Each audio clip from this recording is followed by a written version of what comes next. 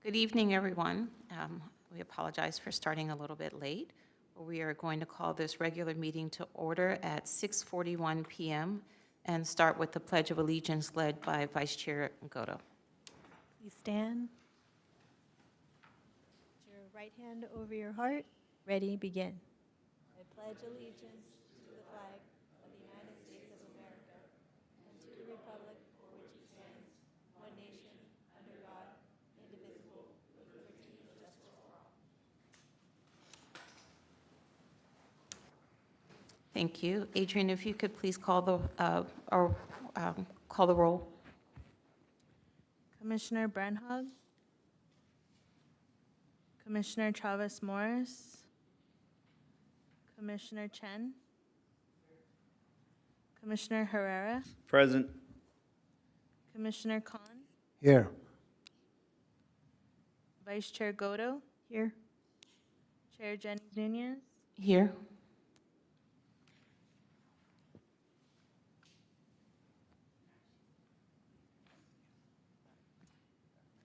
And Youth Ambassadors Kelly Munoz Rios. Here. And then Youth Ambassador Aaron Situ. Here.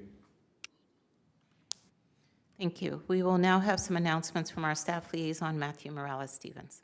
Tonight's meeting is live streamed on Cable Channel 3 and our online platforms. If you wish to address the HEAR Commission during tonight's meeting, we request that you please complete a speaker's card and hand it to the clerk, Adrian Franquez. When speaking, please state your name for the record. If you wish to be added to the distribution list to receive HEAR Commission agendas, please email your request to hearcommission@sgch.org.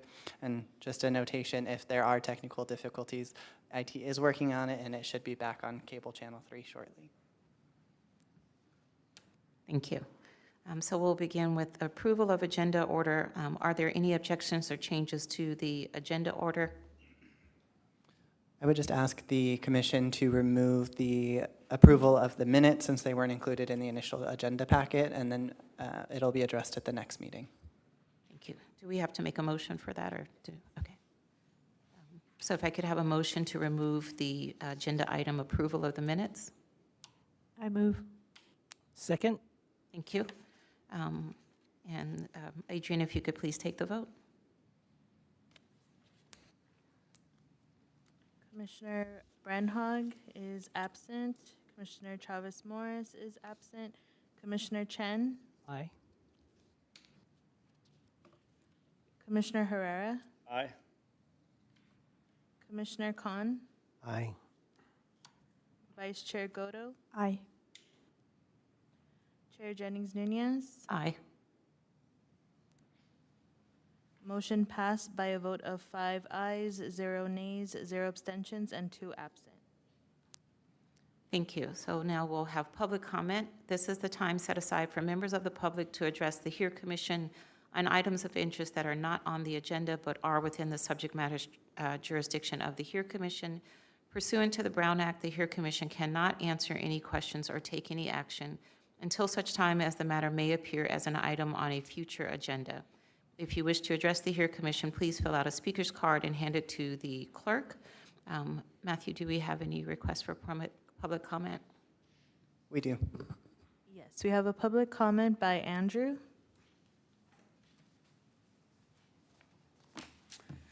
Good evening, commissioners, ambassadors.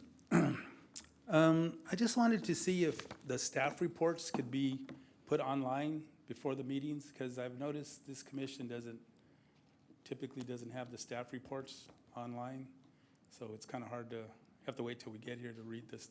Of course, it's usually just me.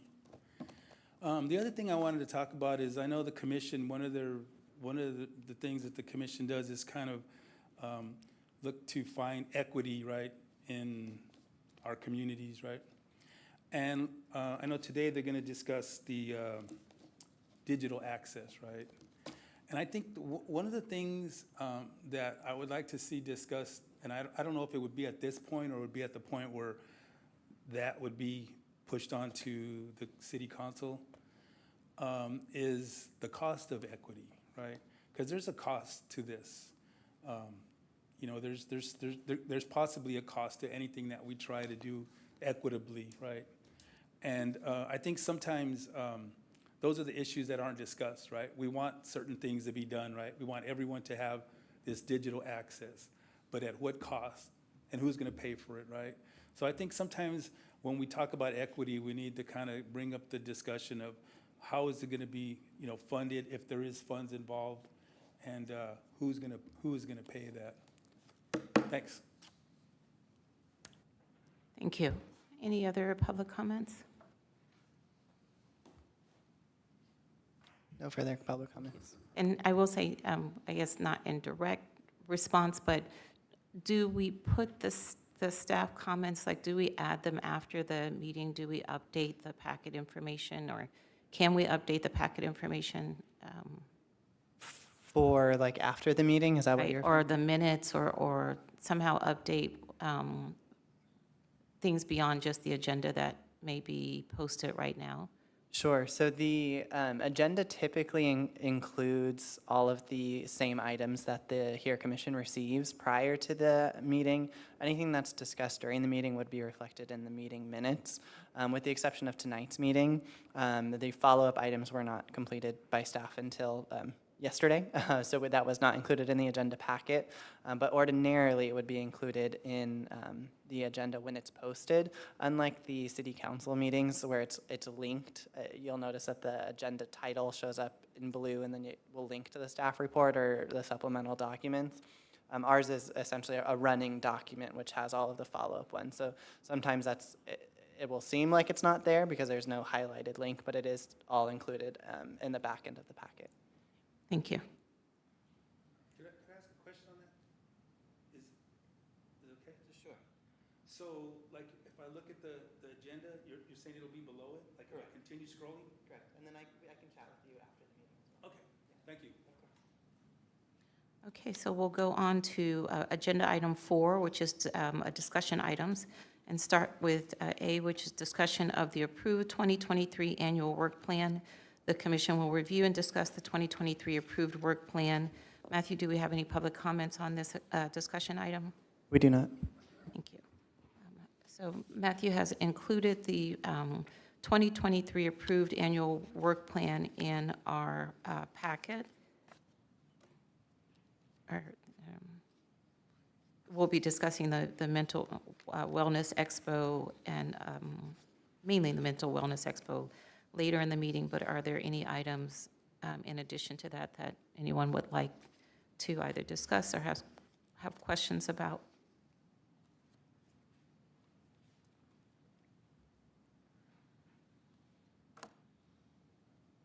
I would just like to bring back, and I know, we are very much concentrating right now on the Mental Wellness Expo, but we asked last year for information about traffic stops from the San Gabriel Police Department. We've just implemented our new prosecution of several new misdemeanors for the city. So, our commission was specifically created to oversee and make sure that those types of implements are being equitably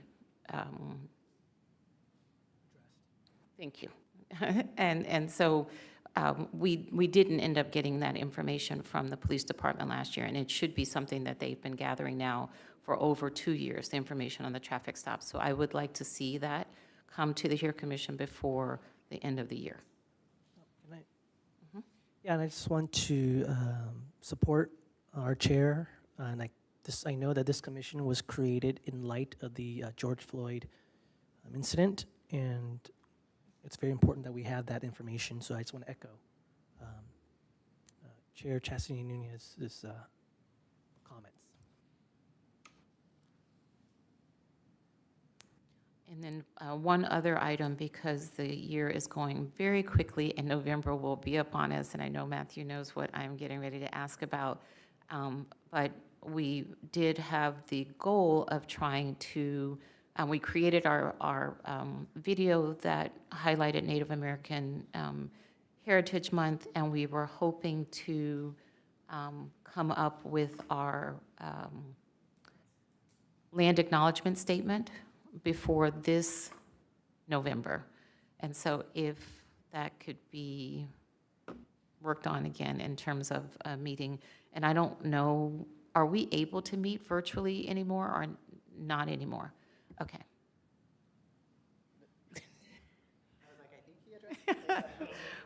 Right, but an individual might be able to meet virtually as long as they follow all of the rules in terms of Noticing. noticing. Thank you. Correct. And the committee could choose to, or the committee could choose to host it in a more intimate forum versus the chambers like this, if that was easier. It would still have to be publicly noticed and everything like that, but it could be a more informal setup, if you will. So if we That could may help. maybe make as our goal September, early September, and give people the summer to get back to their regular routine, and hopefully be able to get 3 of the 4 commissioners to pick a date, and if one person needs to miss or can't be in that location physically, they could notice where they're going to be and still be able to move forward, because I feel like we have been on hold because we can't get all 4 to be in the same place at the same time. So that would be good.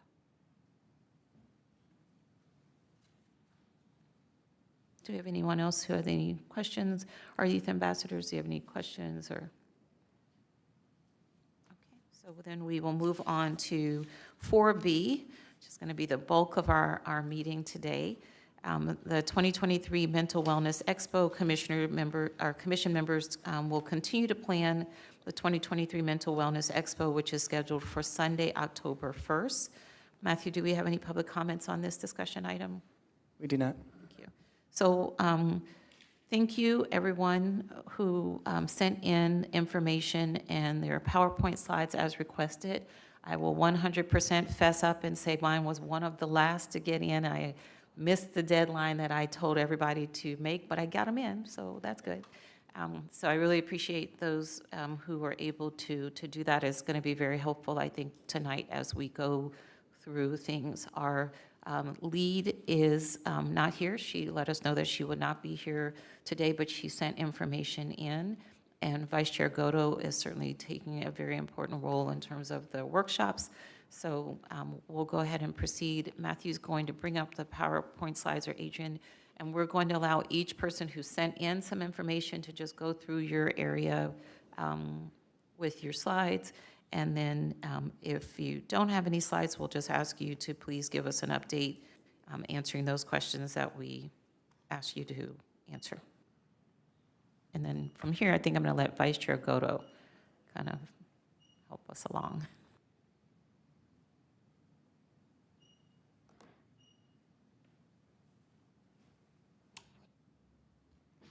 Okay, it looks like we've got Commissioner Brinhog's report up first. So I'll just kind of go through her slides and let's see. It looks like she's got these things completed. The announcements will be made from the stage. All announcements will be in English, but have some volunteers standing by for translation. She's got the schedule of activities. The workshops will be first session from 1 to 2 p.m., second session from 2:30 to 3:30 p.m. Activity schedule, she's got our lion dance as part of the opening ceremony on the main stage, Tai Chi demonstration at 12:30, possibly on the main stage. Looks like that might still be in flux. Chair yoga from 2 to 2:30 in the tented area, and the sound bath from 3 to 3:30 in the tented area. Main stage remarks and Q&A. I think this must be the kickoff. Yes, Mayor Harrington at 12:18 p.m. That's very specific. And Brandon Say from at 12:22. And if you recall, Brandon is the person who has been recognized widely as a hero to the community and stopped the shooter from Monterey Park from also creating havoc in Alhambra. So it's great that he'll be able to join us. I think that thanks to Commissioner Chen. Thank you. Q&A schedule. This is also, I believe, from on the main stage, Emily Wu Trong, Health Mental Stigma in the API Community at 1:30, and Aaron Wertenberg, Ask a Therapist at 2:30. So that's both on the main stage, I think. And I just want to say that Andrew had a role in bringing on Emily Wu Trong, so just want to acknowledge that. Great, thank you. And it looks like the MC is going to be Commissioner Kathy Chavez Morris. And I do just want to let people know, well, you'll see it here, but for those in the audience, so we decided that the Mental Wellness Expo is going to be from noon to 4, because there was some discussion at our last meeting about that. Yes. So continuing, oh, did we skip the beginning of the run of show? No, okay, next, okay. So I would just ask, Michelle, and, I don't know how detailed this one is, but we do need to add in there an introduction of the commissioners. I would expect us to be part of the opening ceremony. Okay, yeah. Okay, and correct me if I'm missing, because I think we invited, correct me if I'm wrong, I didn't see introduction of elected officials that are coming. Is that part of the?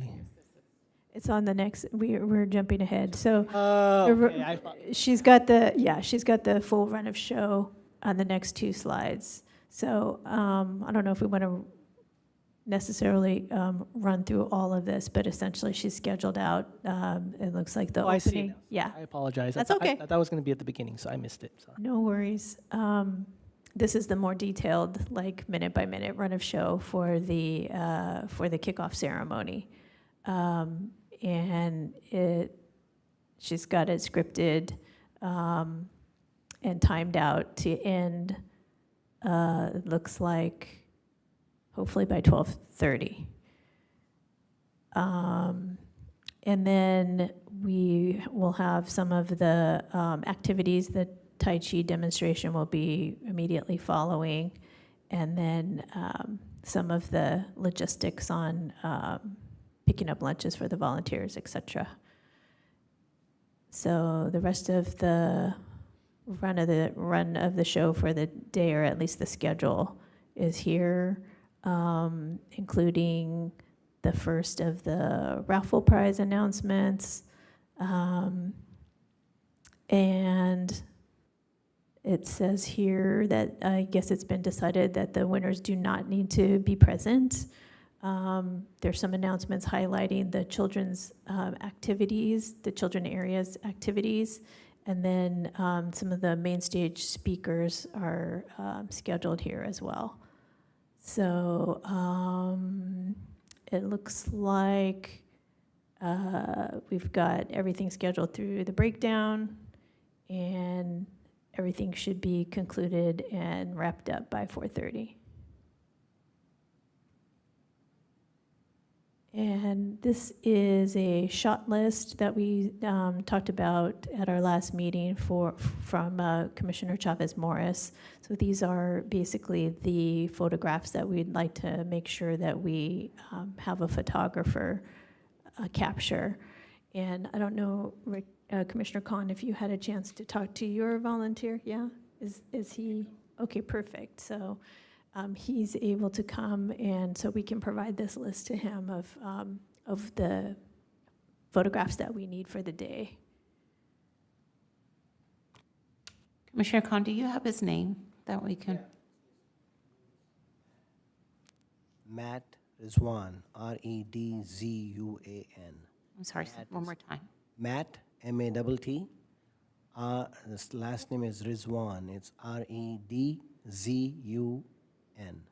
Zuan, I'm sorry. And did we decide that we were going to give him a stipend, or was this a volunteer? How? We did talk about a stipend at the last meeting. I think we decided on $200, was that? I think we said 200. That's fine. Okay.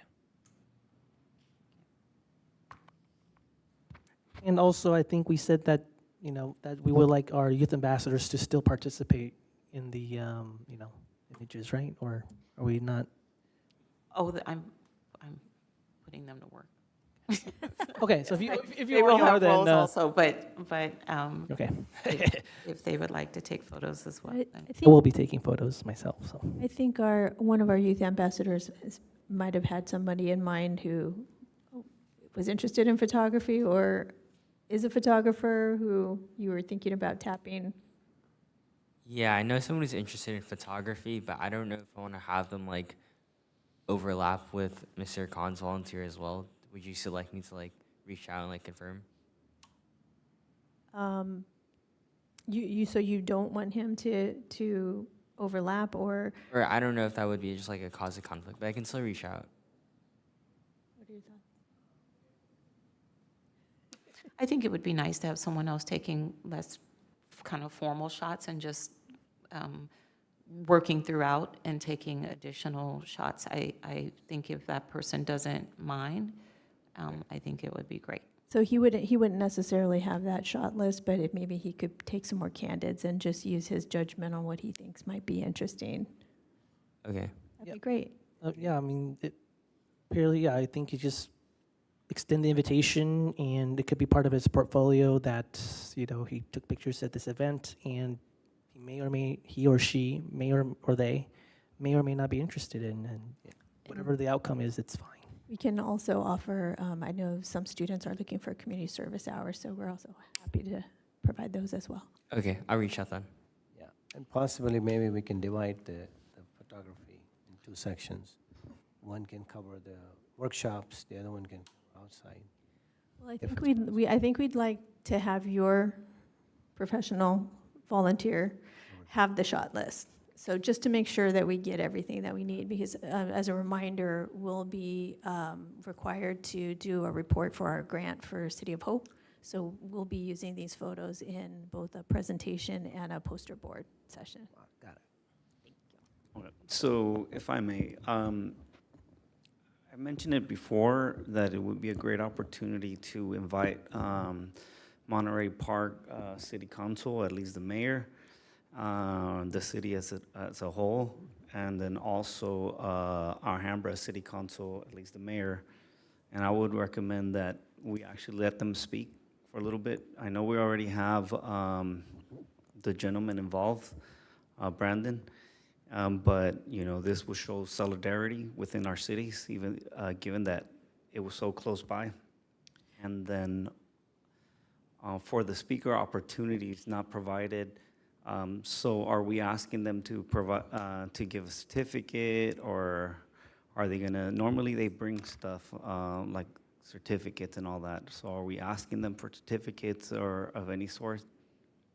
Typically, when we send out the invitation is for informative purposes. If they are interested in joining, they'll be recognized at the time of when the mayor is doing his presentation. And then they know they are there for a photo and a gathering of the officials. Other than that, since we'll include in there that there won't, unfortunately due to time constraints, there won't be a speaking opportunity, they'll know that if there is a certificate, they would just leave it at a designated space. Sounds good. And I would like to add one more person to the list here, our state treasurer, Fiona Ma. Either if you guys want me to reach out to her, I have a close relationship with her, or you guys can send a letter. Yeah, I think she's the highest ranking AAPI official in California, so I think it would be an honor if we can bring her. So I do have a question, and I realize the time constraints, and we are trying to keep things rolling this year. But I don't know, and I don't know if Congress member Judy Chu will be in town, but oftentimes when she shows up at small events like this. If she shows up, she will have to have a speaking opportunity. The same goes for, I would think, Mike Fong often shows up. I don't see how we could not give him a speaking opportunity. I think what we won't be able to do is to allow each of our council members to have a speaking opportunity Mayor Harrington will be representing our city in the city council. But if we're going to invite these other dignitaries on the state level, and I really feel like we have to give them 3 minutes at least. I don't feel that the same holds true for other city leadership, local city leadership. We appreciate their support, but I think if Judy Chu sends someone with a certificate from her office, or certainly if she's here, a photo op is not going to cut it. This is the slippery slope, because this is how we ran way over time last year. So I think it would be helpful to know, I don't know where Commissioner Chavez Morris is in terms of confirming anyone or getting on anyone's schedule, but I think it'll be important to know who's accepted. And we're kind of, actually right now, I know that we reached out to, last year, Mike Fong, Assemblymember Mike Fong was, I think, the only elected that was able to attend. And I know we're already getting really close in terms of people's schedules. Like, we probably should have reached out much sooner if we're gonna get someone like Congressmember Judy Chu. So I think it'll be important for us to know who is coming, and then we'll have to decide about the speaking role, because if, just as our chair mentioned, if one of them speaks, they're all going to want to speak, and then we're going to have an hour-long opening ceremony. Because If I can comment, I think that, and then, I hate to be a little bit hierarchical about it, but I mean, this is like, for example, if Congresswoman Judy Chu just sends a representative, then I don't think a speaking role is necessary. But if she shows up, I think we're going to at least have 2 minutes. Or same with the something like Hilda's. I think it has to be the ranking, right? I mean, like Hilda Solis, she's the highest ranking person in the county. So I think if she comes herself, I think that she's gonna, or Fiona Ma. So I think if we're at the highest ranking of a certain position, then I think it makes sense to have a, albeit brief, but then, of course, we all know 2 minutes turns into 3 minutes, but 4 minutes. But, I mean, if we're going to be able to get them to come, I think they're going to be very upset. I just know, because they're not going to be very happy if you just said, like, Judy Chu comes up and there's no speaking role. I think it's disrespectful. when you request a elected to come, you have to tell them whether there's a speaking role or not. So that's what I'm saying in terms of the slippery slope. If we put the invitation out to everyone and everyone accepts, then we have to commit to a speaking role with the invitation. So I guess it would be helpful to know where we are in this process, if they have already been invited, or what the plan is in terms of, do we invite, a few of these, and then if they're not able to come, go down the list. But like I said, we're getting really, people's schedules, particularly the higher up we go, get set pretty far in advance. Maybe Matthew's aware. Yeah, none of the invitations have been sent out yet, so they're on the schedule to go out the week of August 14th. So at that time, then we would indicate if there is that speaking opportunity at that time. So if the commission could come up with a consensus as to what direction you would like to go as far as opening that availability up to them, that will typically play a role in their either sending a representative or themselves. As far as if they send a representative versus themselves, will also dictate the time allotment as well. Typically, when the representative is sent, it's a bit shorter than if it's the representative themselves. So we can certainly communicate that back to you once we receive the feedback that one of the dignitaries is coming themselves. We can give you our guesstimate as to what that will be time-wise. But once that's already been received, it'll be too late to rescind the speaking offer. Well, my personal 2 cents is that Assemblymember Fong came to our event, which was an unknown quantity last year, and came in person, and so I tend to give him precedence because he was supportive of our very first endeavor. But I do understand that, having the senators and Congress members is definitely something that would be higher profile. Yeah.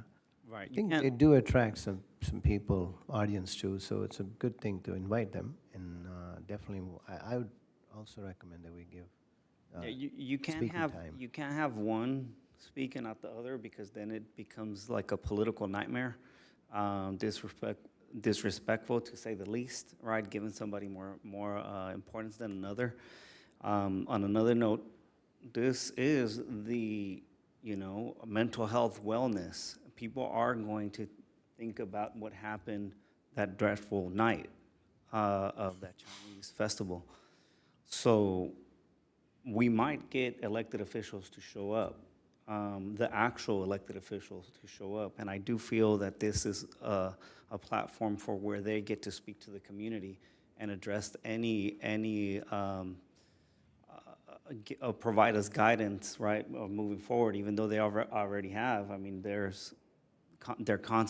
we're constantly hearing about the different things and the different programs that they have to offer as a city. But I think this is the platform where we allow them to speak, given that we are going to have also media. This might even go on TV, them speaking about this issue. And I think it is important to allow them some time to speak to the community.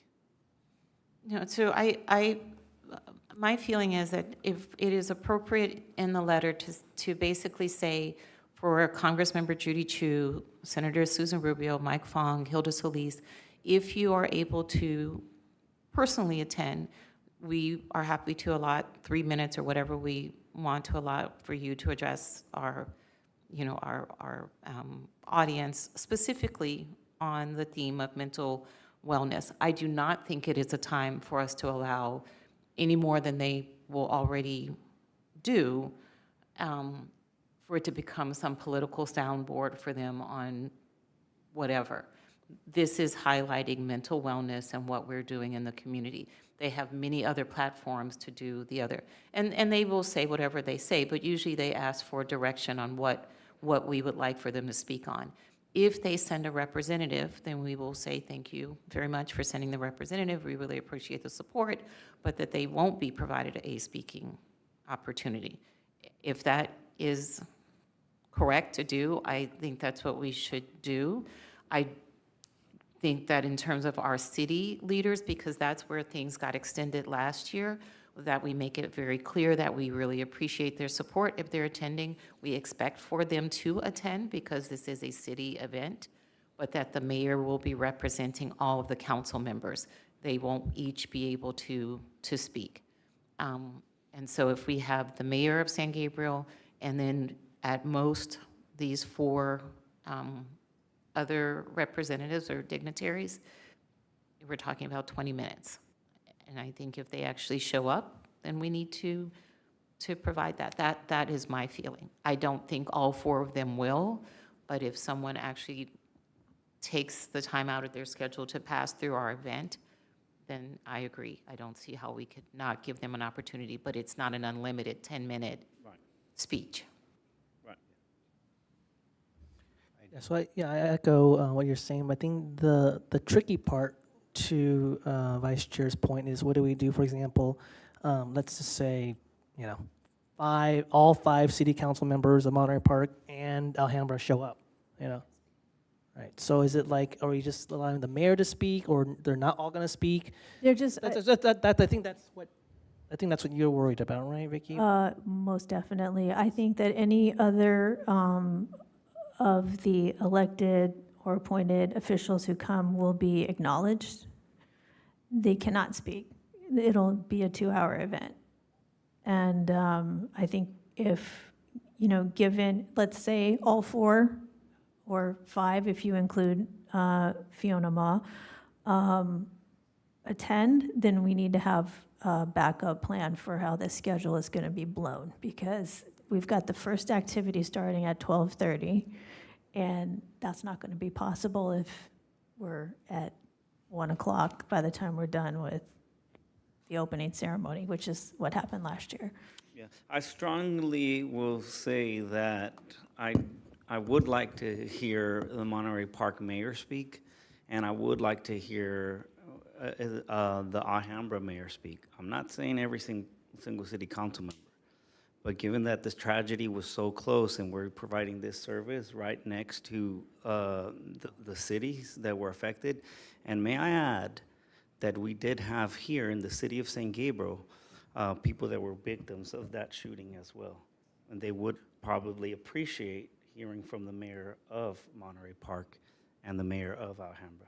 So the only concern that I have is that this is not a memorial to that event. And I understand the significance of the event in this community, that it is ongoing trauma. All of those things are important. This is definitely a mental wellness expo where we're having Brendan say here that people will be thinking about that, and we are talking about grief and loss. But this event is not built around or out of that tragedy. So I would appreciate the support of the Alhambra mayor and the Monterey Park mayor, but if we're not going to allow our own council members to speak, Yeah. I don't know if we can then bring in outside elected officials from local cities to speak. I think we invite them, we provide them with an opportunity for a photo op, we thank them for their support, they'll be recognized, but we just can't open up that big can of worms, because it really will get out of hand. And at this point, we're already looking at a longer program. So here, yeah, my thought is that I agree with you. I think we do not want, because we could easily have, 15 city council members in the area show up, and we can, as you said, we cannot have every person speak, because then we have like a 2-hour marathon. So, but I do think that just want the mayor, right? If they do come, like the mayor doesn't come, then we don't. I'm sorry, there's nothing. We're only the mayor of Alhambra and San Gabriel. And Monterey Park, not the other city council members, well, unless it's like a mayor pro temp. That's my thought, but I don't know what your thoughts are. I agree with Chair Nunez that we should not allow, because we're not allowing any assembly member, any council members here, number one. Number two, we already got the main person that he is going to be our star. So the person who helped, right? That's the person. So, that serves the purpose. I will respectfully disagree, and I'm not asking for everybody to speak, and I don't think that the mayors of Monterey Park or Alhambra can compare to the capacity of a city council member. Mayor is a different role, but I feel there's a consensus that nobody wants them to speak, so I'm outvoted, so we can move on. So I don't know if we've taken a vote yet. I do feel there is a consensus with meaning 3, but we can certainly have a motion and a vote if you would like to make a motion and someone would like to second it. Okay, well, I would like to make a motion to invite the mayor of Monterey Park and the mayor of Alhambra to speak for 2 minutes. Only them, and not not vice mayor or mayor pro temp or city council members. That's the motion on the floor. Okay, and I will second that motion. And only, with the emphasis that only the mayor with 2 minutes each. Before we take the vote, I think we can have a little discussion. I just have one other question. If by, so the letters are going out mid-August. If by our September meeting, we haven't gotten confirmation from most of the state and federal leaders that they are coming, and so now we're down to none of those people are coming, that would be when I would open it up to maybe add additional people. So I don't know if that can be, needs to be a second motion. We have to vote on this motion first and then go to the second motion. I think the September meeting is way too late, because that means it's a week out from the event. So if, honestly, I think we have to have this locked by August meeting. I agree. Okay. August meeting would be 2 weeks after the letters have gone out, so that would, Maybe we need to push up the timeline on when the invitations go out and have them go out early, if that's possible, for Commissioner Chavez Morris to put them out at the beginning of the month. that's next week. Typically, you want to send something out for, when I speak to them, they want it 6 months. Yeah, we were really pushing it last year to get Assemblymember Fong like three months out. So in that case, hope it may be that none of them are able to attend because they were not providing enough notice, which would then possibly open up the schedule to allow for the 2 mayors. At this point, we have a motion on the floor, and we have a second to allow the Alhambra and the Monterey Park mayor, to invite them with a speaking opportunity for 2 minutes to the event. So Adrian, could you please take the vote?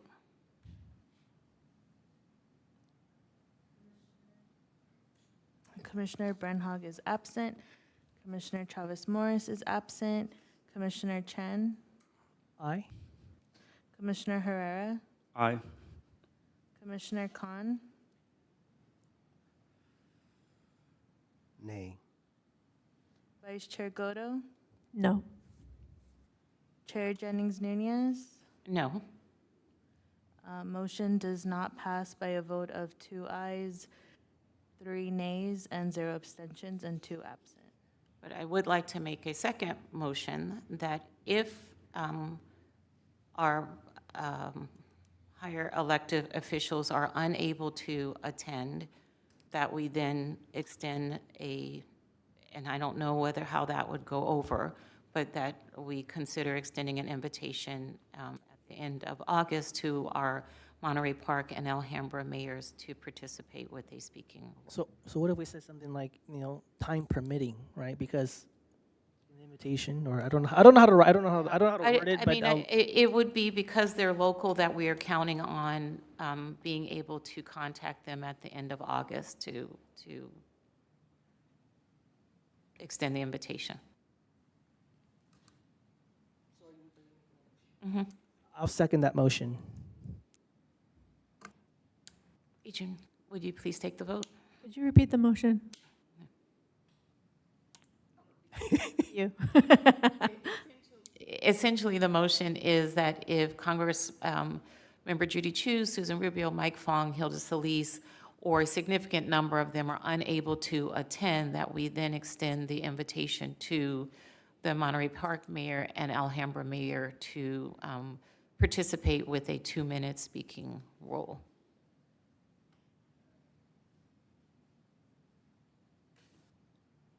So it's essentially time permitting. So I already seconded it, right? So we're voting? Commissioner Brenhog is absent. Commissioner Chavez Morris is absent. Commissioner Chen.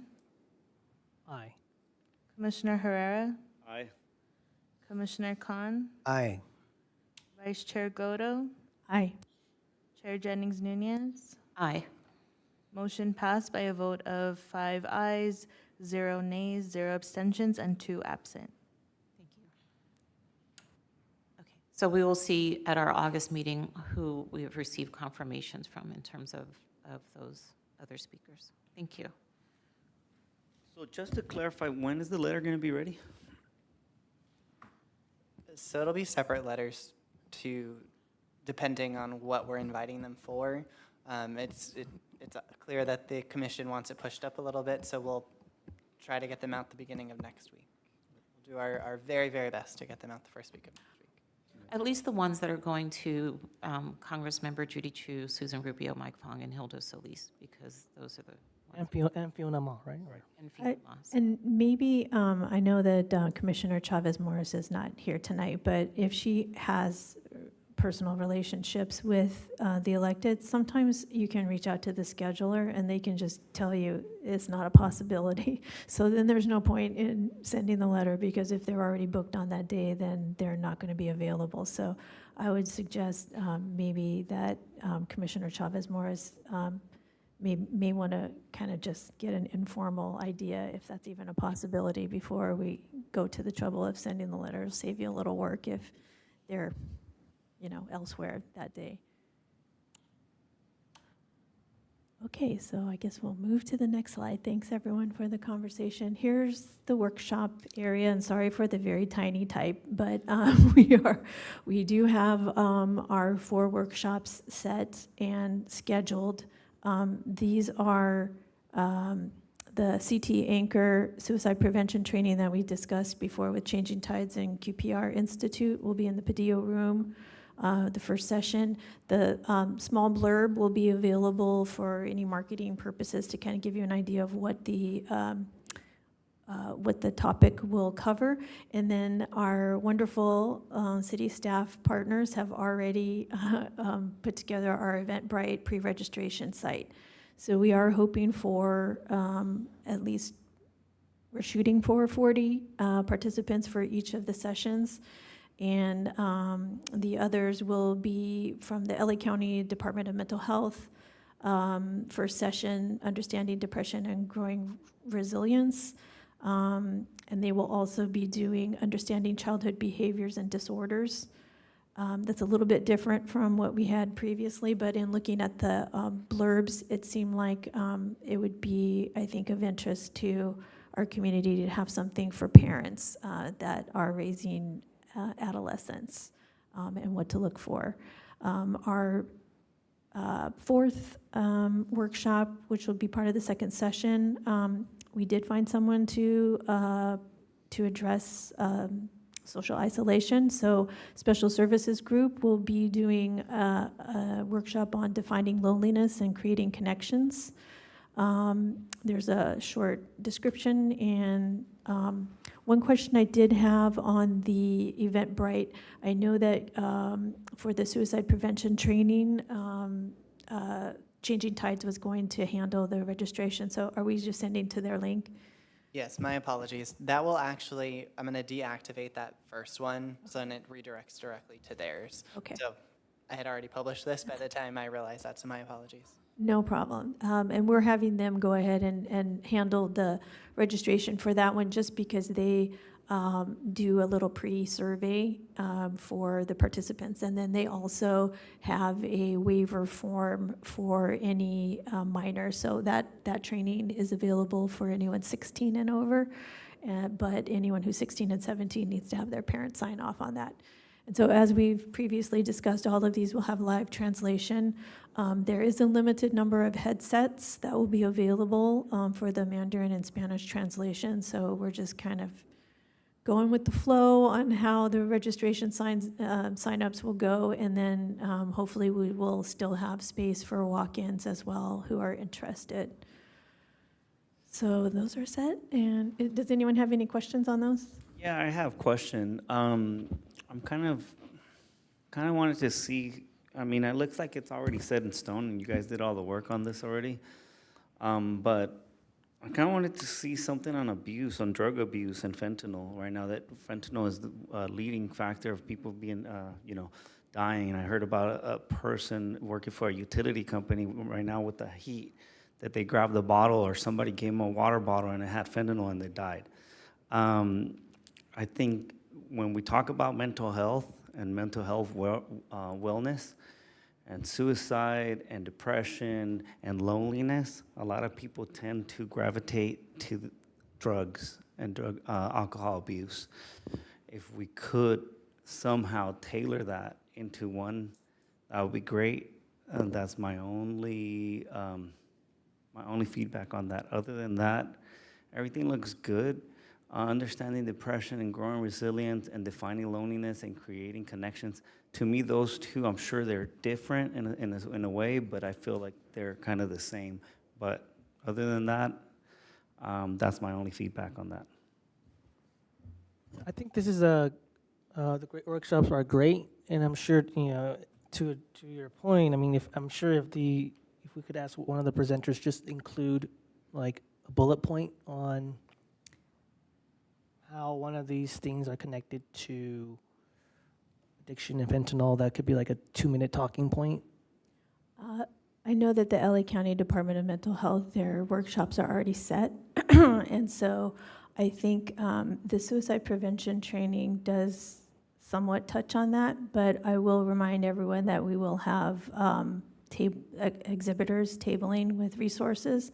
And I know that LA County Department of Mental Health has programs around substance abuse. So I would say maybe for next year, that'll be a great topic, but this is the first time I'm hearing it. So these are set and scheduled for this year.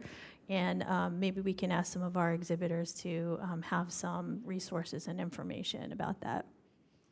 I think it's not enough. I feel people are dying on fentanyl, and that's not a brand new issue. And we should encourage them to touch on some points, like you said. At least just mention it to them, because that's not something that can wait. Just a question about the parent waiver, was that for the suicide prevention? So is that, whose mandate is that? I think it's only the QPR Institute.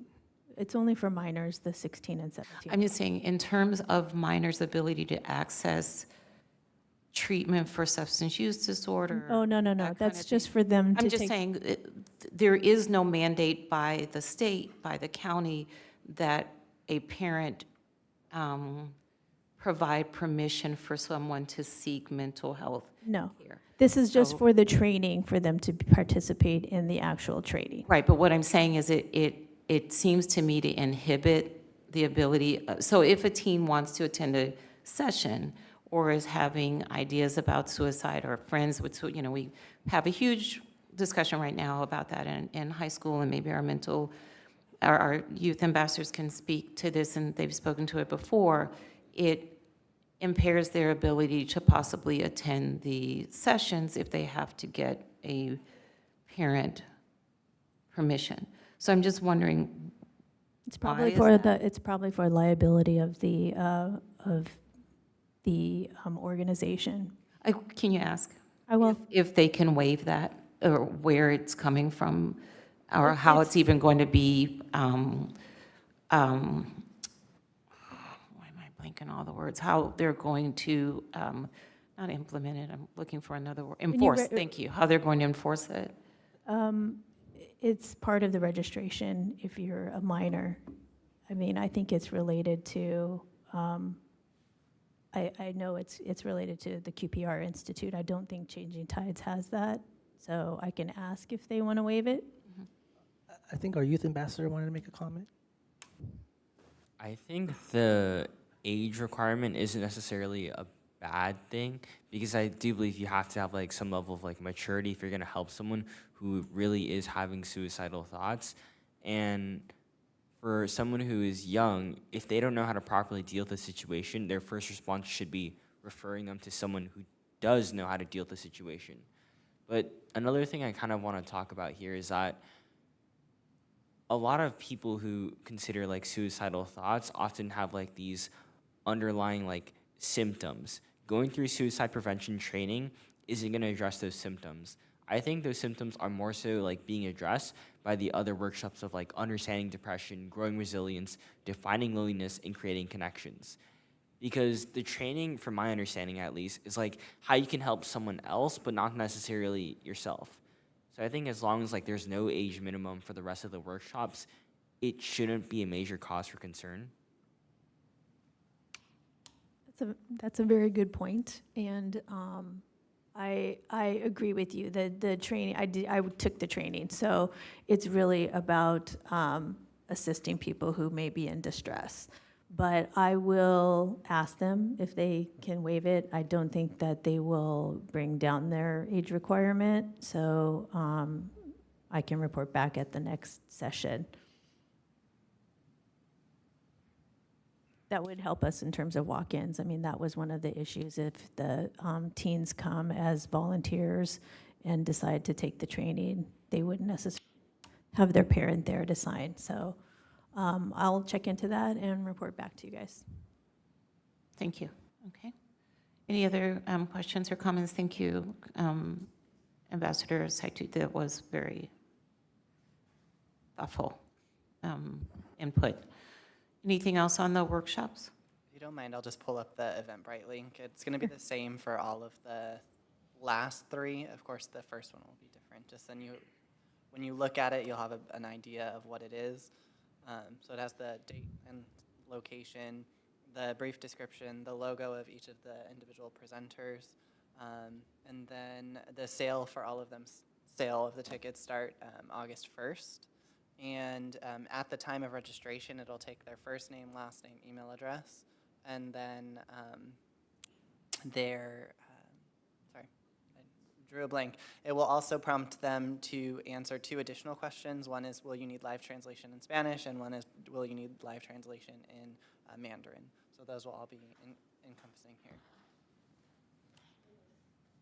It looks fantastic. Thank you so much to Adrian and Matthew for putting those together, and for the outreach and marketing.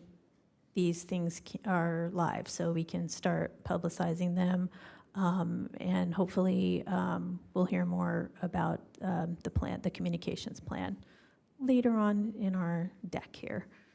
So as far as marketing, which platforms are you guys using, or the city? I think there's a marketing slide that we're going to get to, just so we don't jump the gun.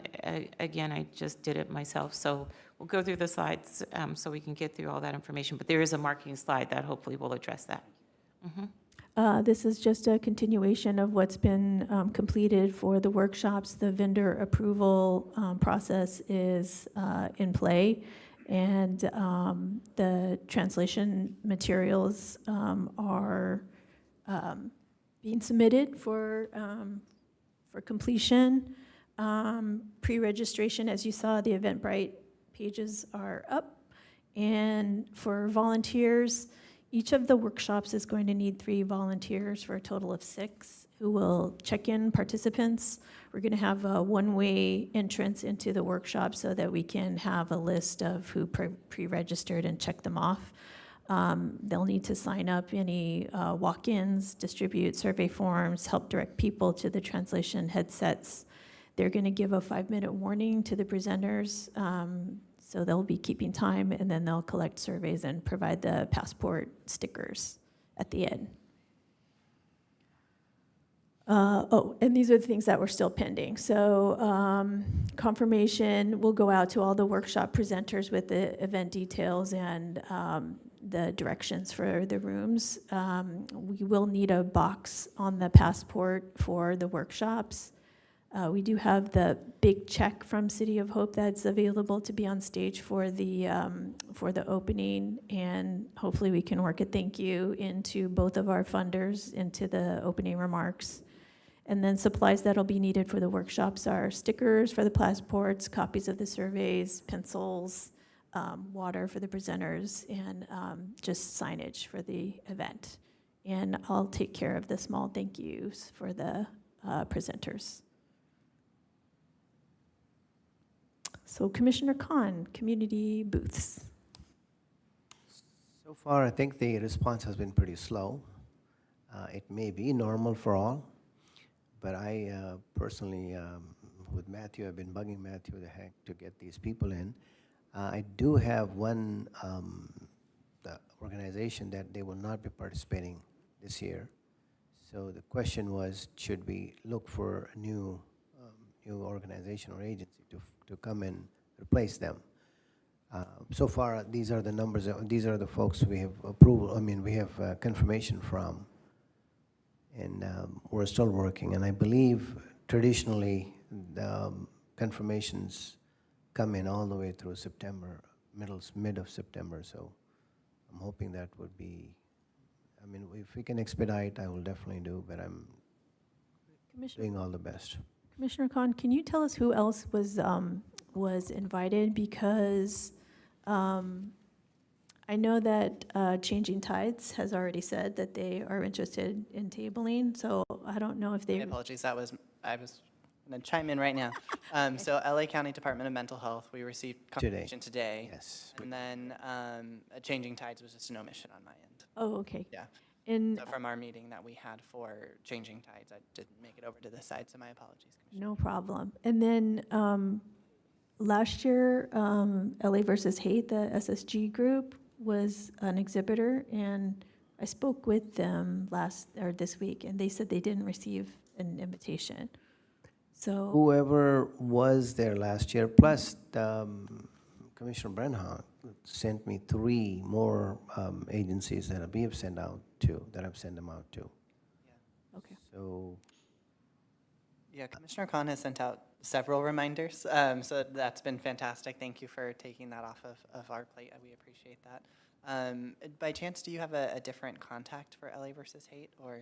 Did you send it to Rick Ng, or? I think so. I'll double check. Maybe it got omitted, so that would Okay. have been my apologies for that. Okay. So Rick, that's right. Okay. Let me double check. And 211, have they responded, or were they part of the, They were definitely part of that initial one. 'Cause Okay. I do remember inviting them, but I will double check on Thank them you. as well. so all the folks who were there last year, plus the 3, have been invited, so. Now, you said that there was one organization that declined, They said they won't be able to participate this year, won't. Southeast Asia. so we do have one opening? Yes, as far as I think we're concerned now, yes, there is an opening. What kind of services do they have to offer, that organization? They specifically focus on Southeast Asians, which means Bangladesh, Pakistan, India, Sri Lanka, and several more countries, surrounding countries, Burma, and Oh, okay. a couple of more countries. So And what particular service do they provide? they are a social organization where they provide mental health services. They have Family Feud, a bunch of other services, but mostly last year they participated in through their mental wellness programs. Okay, thank you. Sure.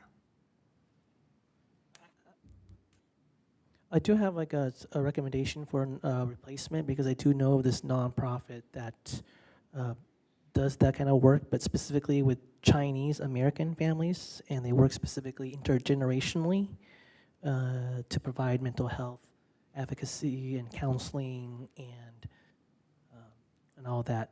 So I don't know if that's viable, but Are they based here, local?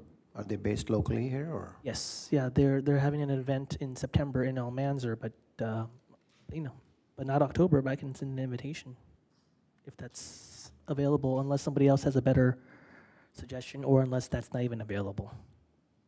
We do have room for them, so I think we can do it. If you give us the name, we can probably send an invitation to them.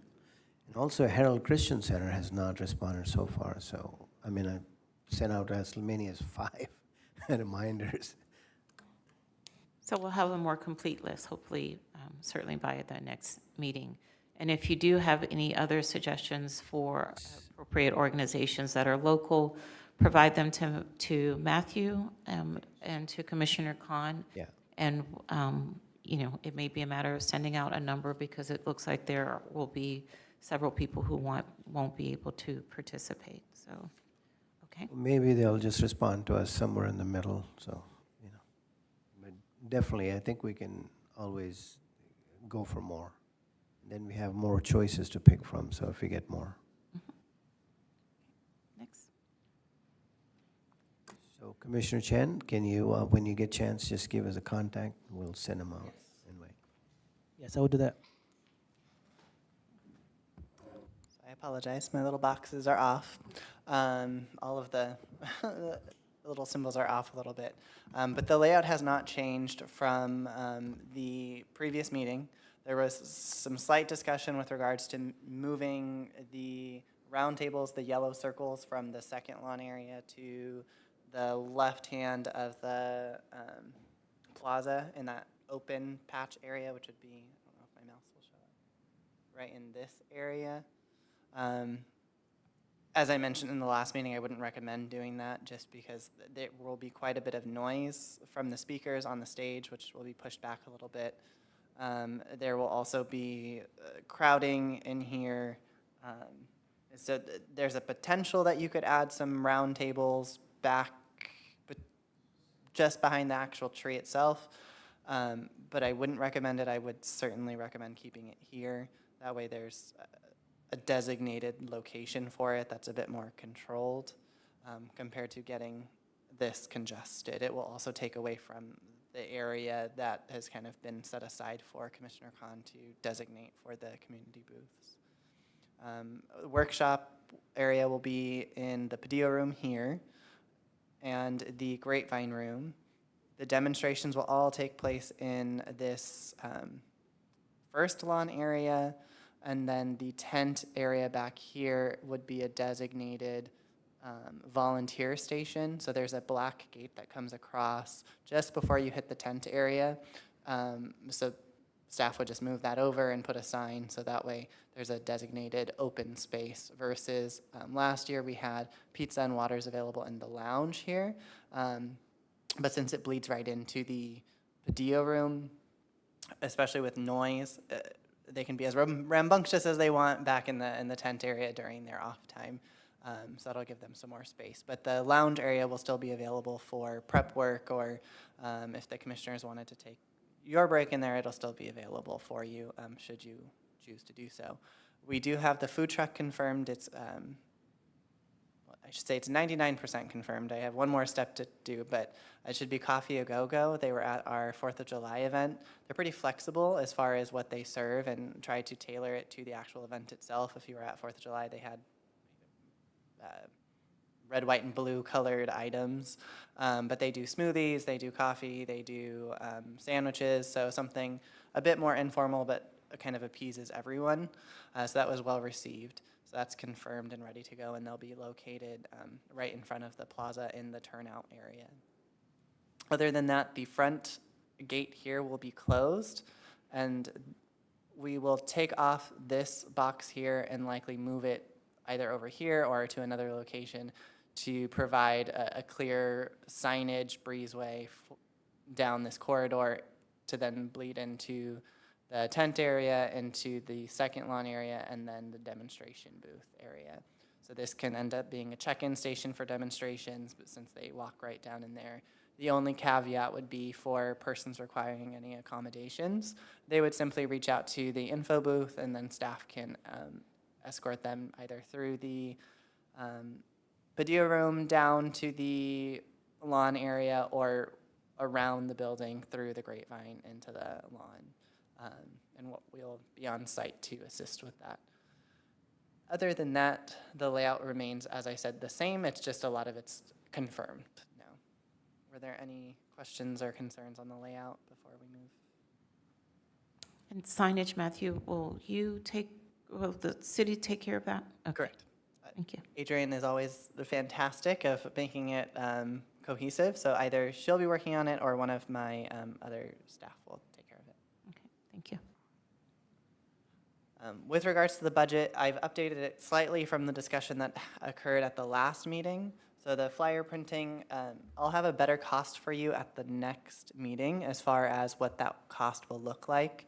So the flyer translations will go out this week, so in that way we can hopefully go to print early next week, and then you will all have those flyers in hand. It'll be the front and back, so the flyer printing will be a bit more expensive, of course, just because of it being double-sided and in color, but we'll stay within that 400. I have upped the translations to 500. I believe it was at 200 or 300. No, it was at 300 at the last meeting. We may dip further beyond that, just as a notation. There are requirements from the grant that require above and beyond translation than we've done for probably any of our events or programs, but it does make sense with regards to if we're going to provide the live translation, that they should be able to find out about the event so they can even utilize the live translation. So I will work with our public information officer to determine which company would be best so we can keep the costs down for the commission on this event, because the one that we preferred to go with is a bit more expensive. The photographer has the allotment of 200. Pizza for volunteers was originally at 100. I've upped that to 150 tentatively, based off of just all of the pizza we've been ordering for the programs and where our approximate cost has been. Yoga demonstration and sound bath was at 500 from the last meeting. Tai Tai Chi demonstration is at 0. Activity supplies is still at 3. Live translation service is kind of locked in at 5,000. We'll have approval hopefully within the upcoming weeks for a purchase order. We have the additional 2 quotes in from the other companies, so I can execute that and send it off to finance. And then we'll get the check cut and in hand, which leaves a difference of $450. So there is some wiggle room for additional items that need to be added. And I think we might have talked about maybe using a little bit of the funds to boost some of our social media. Thank you for Yeah. bringing that up. So the commission, if you're open to it, we could allot the Public Information Office a few $100s for social media advertising. We can boost it through Eventbrite, but it would be specific to the individual workshop. So I wouldn't recommend going that route. I would recommend us or the commission giving the Public Information Officer a few hundred to boost it through Facebook or Instagram, however they see would be most effective return for this particular event. I leave it up to their discretion because there's a method to boosting Facebook versus Instagram, or I don't even think we have a Snapchat, but all of those methods. Questions on the budget? No, I think that's very prudent to, I know that depending on what age group, because if you want to reach millennial and older, that's Facebook, and then younger, Instagram. So I'll let, hopefully the staff, I assume, know what they're doing, so I will let them figure out how to do that. But I agree, that the least we could do is get the word out through social media, and that'd be great. Do we need to make a motion, or can we just add it to the budget? We'll just add it. Are we okay with 300, or is that too much? We have $450 left. Okay, so- great, fabulous. We have an excellent PIO who is really Wait, fantastic. so we're gonna use $450 for what now? We're going to allot $300 for a social media boost through our Public Information Office for the city, And up to $300. we've done these boosts in the past, and how much have we paid for? Some boosts are $10. I would really like to see how you guys are boosting it, because I've done it before in the past, and I've made a huge mistake where I didn't target properly, and it was more costly. So I just want to make sure that we're using these 300, which I think is a lot of money for social media ads.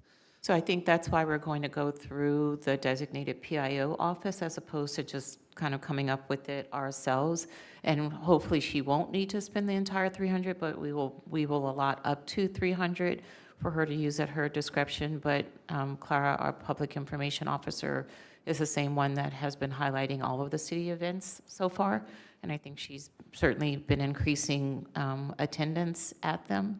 So hopefully we'll avoid those mistakes that we would make as individuals, since this is her area of expertise. No, absolutely, but it's our responsibility to ask these questions as well. We cannot just rely on whatever the expertise of the professional is here.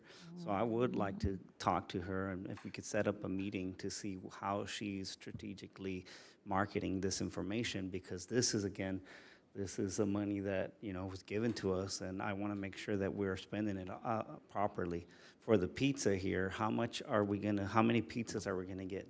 I'll get to that when we get to the volunteer. Oh, okay, but it's okay if since we're on social media, I want to kind of give the youth ambassador your input. What are your thoughts on the ads? Just if any input or no input, I don't know. Are these like traditional Facebook ads? So maybe what we can do is ask Clara to come to our next meeting and just review with us how she would propose boosting this or utilizing social media to highlight this event. Right. Because I don't know the answer to that question. Another question that I have for her, so that's a good idea to have her here so that we can ask questions. I agree with that. So I have more questions when it comes to marketing. Is she, because she is gonna reach out to the TV networks, right? I'm pretty sure we're not gonna have like an ad on, on a TV network, right? But does she have any resources with radio stations where they can make a pitch or something like that? And is that something, avenue that she's looking at? And if so, what radio stations does she have connections with? Because I have a couple connections with a few radio stations that would be more than happy to promote for us. So I would really like to get one-on-one to see how she's marketing, and it could be beneficial for the city as a whole, actually, not just for this event. I just really want to see how they're marketing the event so that we can improve the attendance and get the right audience out, right? I've also had connections with the Asian, Chinese more particular, right, which are prominent here in the city of San Gabriel. I have links to Asian radio stations as well that would be more than happy to provide some no-cost, possibly no-cost advertisement. Like a public service announcement, right? I don't know if Commissioner Chavez Morris has already met with Clara, but it's unfortunate she's not here today because she is the lead person on the marketing, so she could probably provide you some answers to your questions, but since she's not here, we'll just hopefully get that information from our next meeting. But can I, Matthew, like I said, I would like to repeat, if you can help me set up a meeting with Clara. We can certainly check her schedule and see if she has the availability. I know she is impacted with all of the events and programs, especially over the summer. And of course, just the general city news and information that has to be pushed out. So I can't guarantee how soon that meeting will be, but I can certainly reach out to her and see what that would look like. With regards to her joining the next meeting, again, that would be based off of her limited availability. I will certainly meet with her and Commissioner Chavez Morris with regards to the plan moving forward. The way we typically push out information utilizing Clara's team is we send them everything that we have from flyers, links to registration sites, link to the website, and then they put together a comprehensive package and plan. So similar to kind of how Adrian does her job and I give her the resources, that's similar to how we operate with our public information office. Since they do have that niche expertise that I don't pretend to know. So I will send that to her, and it sounds like there may be some hesitation on the boosting. It will delay the results if we wait until the next meeting to move forward with that, but I can certainly get the information if she can't make it as far as what that would look like should that money end up moving forward for the boosting. But she can at least start promoting on social media and the other avenues that she has, such as the press release that will get released. I would also like to add, I'm not sure how the social media is managed, but I feel like when it comes to social media, so it doesn't cost a lot of money. I'm not sure how much you guys are with your budget, but to grasp people's attention, it's quite really complex yet kind of easy, which won't really require a lot of money. So I also think like having them for next month and see how they strategize or how they use their money to advertise to people, and we can find a way that requires advertising without having to pay for ads or something like that. Yeah, I think, this is where we can, with your involvement is very valuable to, we can do both the paid ad and organic, whether it's like, everybody somehow, how do we make it viral, right? Organic marketing, okay, and so, we can all pitch in our thoughts, and I think that would be valuable. I think we also will just expect all of the commissioners, as we did last year, to tap into our networks to also help publicize the event. Although we definitely will rely on our PIO, it's up to us as well to tap into all of our networks and all of our connections with the other organizations to help push attendance. Does the Here Commission or city have like an independent Instagram account? All of the communications have to go through our PIO, so that's just a requirement for the city. So we don't have a account like at the HERE Commission doesn't have an account itself. It goes through the city's account. Could we get an independent account? At this time, that wouldn't be an option. We can certainly bring it back to Clara as well as Mark to see what that option would look like. Currently, the only accounts that we have would be police department and the citywide account. Typically, all of the, I believe we also have one for fire. The fire department has one as well. And really, those are separate for the main purpose that things tend to be breaking news, things that really more than one team can manage, things that naturally are separate, meaning there might be something that is graphic or something that's police presence is in the area, so that's really the intention behind that.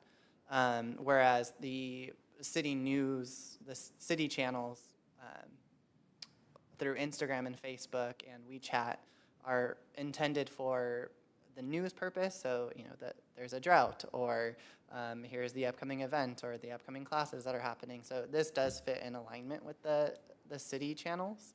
And it already has that built-in audience, which is typically why we haven't broken off, for example, for a community services department one, since it would essentially start off a lot smaller.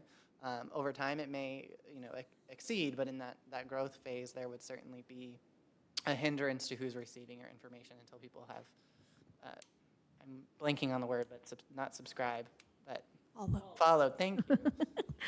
Yeah, and each of those Instagram, or each of those agencies that has their own separate, they have a PIO, a public information officer, who's in charge of the strategy and making sure the content is relevant. And so even if we had a separate sort of HERE commission, it would still have to go through the PIO. It's something we discussed when the commission first started.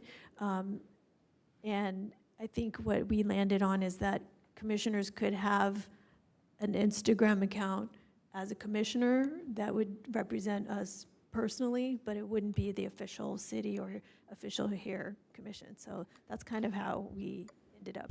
Okay. If that's the case, then the only thing I want to add is that to the flyer, I think we should add that Instagram account into any other marketing material, because once people like start following that account, then you kind of have like this retainment feature. Every new event that comes by, they just see a new post about it. So I think it's really important that we get like reoccurring visitors. So Ambassador, Youth Ambassador Sichu, I do agree with you. And then Matthew, is a question to you. Is there a way for us to create this account? And of course, if the ambassadors are willing to take this task of leading like a youth ambassador HERE commission channel where they help provide it's mostly them strictly dealing with whoever our a public officer is, right? So that there's less strain on the city and it's on them to produce the content. And it's a known disclaimer that it's coming from our youth ambassadors. So at this time, that wouldn't be an option. There's quite a bit of legal issues and liability issues that I don't think the city is prepared to take on. Now, if the youth ambassadors chose to do their own separate accounts and notate that you are a youth ambassador with the City of San Gabriel HERE Commission, you certainly can, and you would be sharing your own viewpoint. But there's also levels of Brown Act that go with that as well. So it does get messier than sometimes it's worth with social media, but it can prove to be successful if you follow all of the legal guidelines that go along with it. But as far as a separate one that would be a representative of both the HERE Commission and by extension the city, that wouldn't be something that would be an option at this time. And maybe what we can do is hold on to some of these ideas for our work plan. Will be coming up very quickly for 24. and to hold on to some of these ideas when we discuss our work plan to carry forward to the city. But right now, and I do appreciate all of the marketing suggestions for the Mental Wellness Expo, but if we can try to bring it back to the Mental Wellness Expo, so making sure we have that Instagram handle on the flyers, and then Commissioner Herrera, if you could, if at least send the information to Matthew to get to Clara, if you're unable to meet with those radio stations that you have connections with and that you would want to make sure that we're advertising on, and any other suggestions that you would have. And if Clara is able to come to the next meeting, or at least to send a presentation for how she would recommend marketing this, and or meet with Commissioner Chavez Morris, since she is our marketing lead, then she can bring that information back to the next meeting. I want to make a point. I don't want to be working double here. That's why I want to meet with her to see what resources and what contacts they have, or the city has. So what I would also say is, again, we're working on the Mental Wellness Expo. We have a marketing lead. So if the marketing lead and you and Clara want to meet together, but since we have a marketing lead, she should be driving marketing. She's certainly going to take all of our suggestions, but I don't want to remove it from her leadership, I guess. I understand. And that's a good suggestion. If I could join her, if she's willing to meet, or else I'll just meet, I'll set up a meeting on the side, and I don't think there's a conflict with me meeting just to ask questions. Let's go to the next slide. Actually, I want to go back one, and I had a question on a banner. Did we have a banner? I know we talked about a banner before, but I don't see that in the budget. Are we going to do a banner or not? So the banners we have the existing banners, and then the date will just be changed. So that'll be a very minor cost. The street banner? Oh, the street banner would be above and beyond what the budget can withstand. How much is that? Around $1,200 for a street banner. And we have about Last time we ordered, so with inflation, probably around 15. But I'd have to get a more formal quote for you. And we are short by how much right now? Well, I think the other thing is that we discussed the street banner, and from previous events, they've decided that it doesn't provide as much bang for your buck, I guess, as it used to provide. We could only afford one. You'd have to decide where in the city that one is going to be placed. And so the decision was made to do the smaller banners that would be at the local parks and then at the entry to Mission Boulevard, as opposed to trying to do one large street banner that would only cover one small area of the city. As far as like in the south side of San Gabriel, what do we have for advertisement? I mean, there's just one little pocket park over there. That's about it. What are we gonna do as far as a banner over there? Is there a way that we can get one by the freeway where we have that huge sign that says San Gabriel? I would need to double check with Public Works to see if that would be kind of a hazard to have something right by the freeway with all of the additional signage that's already there. But we did post one of the smaller vinyl posters or signage at Marshall Park, which is at the very south of the city. Right. So that was available. Okay. So we have the marketing slide up. The event website is live. We might need to update some of the content now that we have some things that are locked in. There we go. Looks great. I like the new flyer on there. So as we, I guess, confirm more detail, maybe we can add things like the workshop topics and then some of, yeah, okay, perfect. The flyer is complete as it's in your packet. It looks fantastic. The translations will be completed by August 4th. And as Matthew already mentioned, the translation services are in progress and to be completed by August 18th for the survey. Super. Volunteers, take it away, Chair. Thank you. So I have a few questions toward the end, but the beginning slide is just what we all need to keep in mind, that we're all going to be volunteering that day. Everyone is expected to be there the entire time of the event and to actively participate in the event. If for some reason you are not going to be able to be there on October 1st, We really should be aware of it now, short of it being something emergent that is unexpected. But please make sure Commissioner Brennan is going to be assigning all of us roles, that you understand your role and that you perform it. Next slide.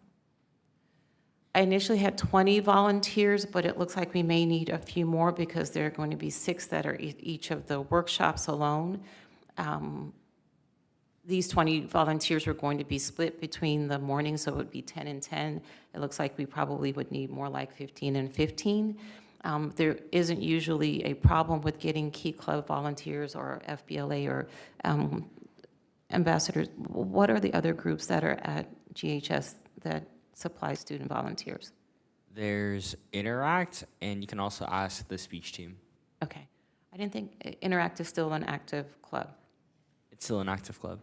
So between those and our former commissioner, Jackie Borja, has agreed to assist, so we will be getting a total of about 30 volunteers. We will need at least 4 volunteers. I put including myself. We might need that 5, so 4 additional adult volunteers who will help to organize and manage our student volunteers. And I was going to ask our 2 youth ambassadors to act as student leads that day with the student volunteers as well. They're going to be divided into 2 shifts, and now that I have that information, it'll probably be something along the lines of 11 to 2, and then 1:30 to 4:30 for our shifts for the students. I'll identify the student volunteers probably I put the first week in September, but last week of August, first week of September, we'll have them identified. For 30 volunteers, there are 8 slices of pizza. I think 10 large pizzas should probably be enough pizza. I'm asking the volunteers to arrive an hour before and stay roughly an hour afterwards. And then I'll do an orientation for each group. You can go to the next slide. I put that the students need a parent permission form. Is that usually necessary? So they'll do the waiver ahead of time, so I'll send that off to you. Okay, It's very straightforward. okay. What we'll also do is send it to like the lead, and then they can just have everyone sign on one page. Is typically the easiest as well. And I know that we mentioned at an earlier meeting the media waiver, and so that will be included in the waiver as well. All the volunteers will obviously need to have transportation to and from, be able to stay for their entire shift. And if they do have any volunteer hour forms, I'll let them know that I'll sign those for them. Next slide. Really quick, since we're talking about the pizza, how many boxes did we get last year? Because I feel like last year we didn't get enough for them, and it was just like 1 or 2 slices. So my question also is who, and this comes a little bit later when I talk about the water, but who are we trying to feed? So if we are just doing this 30 student volunteers, there are 7 of us, there may be a few other scattered volunteers, at most 50. There are 8 slices of pizza in a box, then that's 80 slices if we do 10, if we want to do 2 slices a person. I'm not necessarily trying to provide a huge lunch for people. Yeah, I It's know a last snack. year we were not even trying to provide food at all. And Right. now that was really good that we had provided this year food, or last year food, even though we talked about not providing them food at all. And the reason that I'm bringing it up is because if it's okay, I can get 10 or more pizzas donated from, I saw Papa John's. I don't think we need to purchase them per se. And I don't know if there's an issue if they donate the pizzas. So That's that's great. why I don't want to be limited on, okay, we're going to do 2 slices and this and that. I just want them, all the volunteers, they're volunteering their time.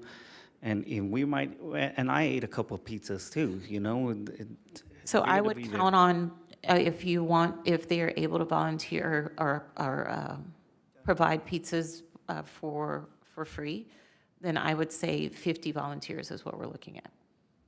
Okay. Yeah, I think that's good. So I will work with Commissioner Herrera to understand whether or not we need to purchase anything, but if you're able to Right. secure that donation, that would be great. It's just a text that I need to make to my contact, and then I think we'll we will have $150 more to spend, but then it goes back to the, let's not spend it just to spend it because we have it. Right. Let's be So strategic of what we by the August meeting, then you can let me know whether or not that's confirmed, and if it is, then we won't need that just for pizza. So you said 50 people? So in terms of volunteer areas identified, I have check-in, exhibitor assistance, the workshops, the sound bath, Tai Chi, our student volunteer leads we have. Are there any other areas that people can think of that we will need volunteers? You may need some runners if we have elected officials who help manage where they're parking and getting them to the stage. The only problem with that would be that maybe they could work with me because I know all the elected officials, and I'll let them know, hey, go help this elected official, because I doubt that they know who is who.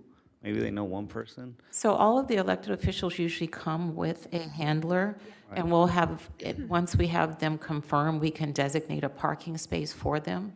So I would prefer to assign a volunteer maybe to the main stage, a couple of volunteers to the main stage, as opposed to trying to assign them to individuals.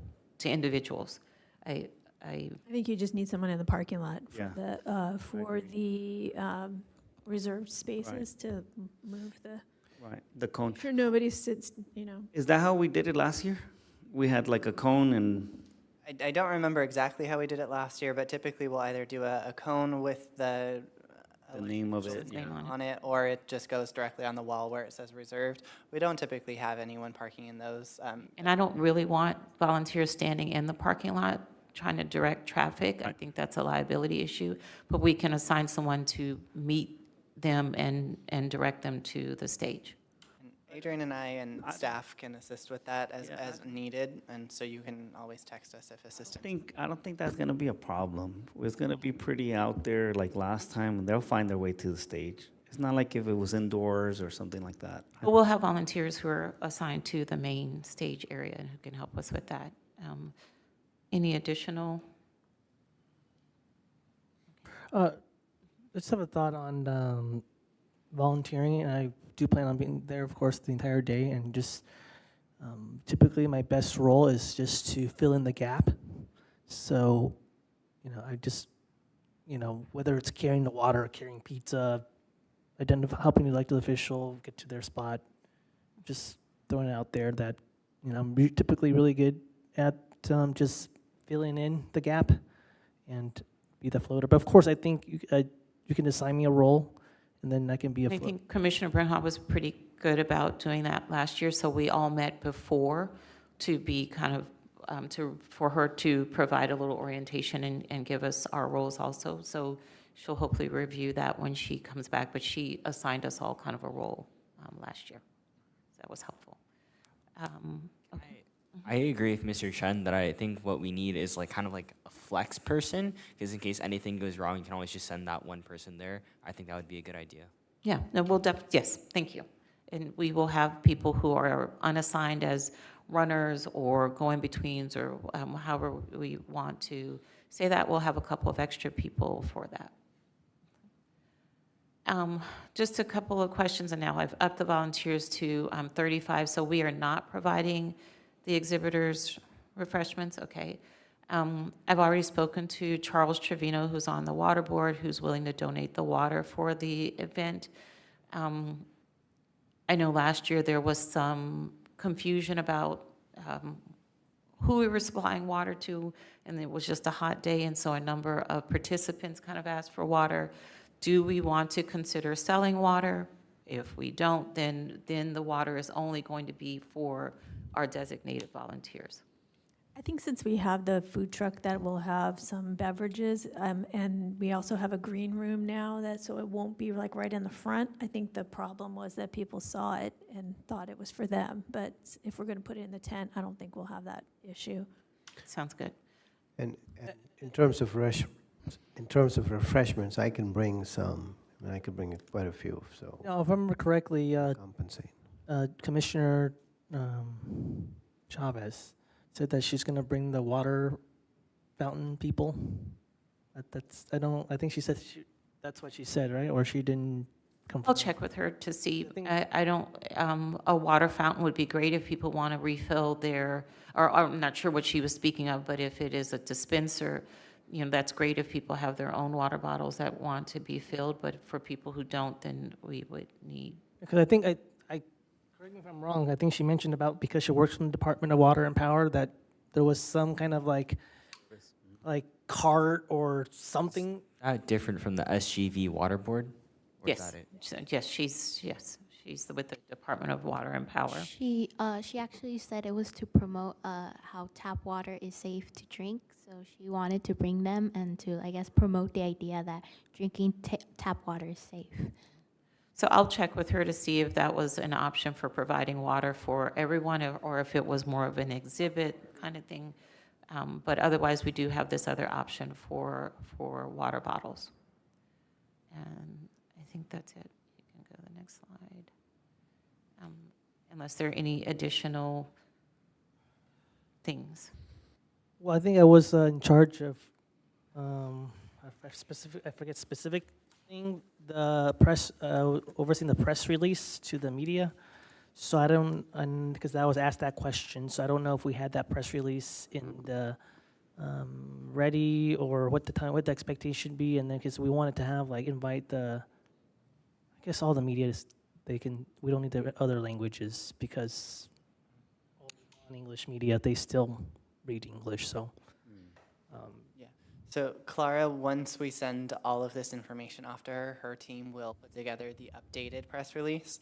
I received the past press release as to what was sent out. It was somewhat vague because we didn't have everything confirmed. So I would anticipate that this year, now that everything's confirmed, at least the meat and potatoes of the event is confirmed, all of that will be included in the press release.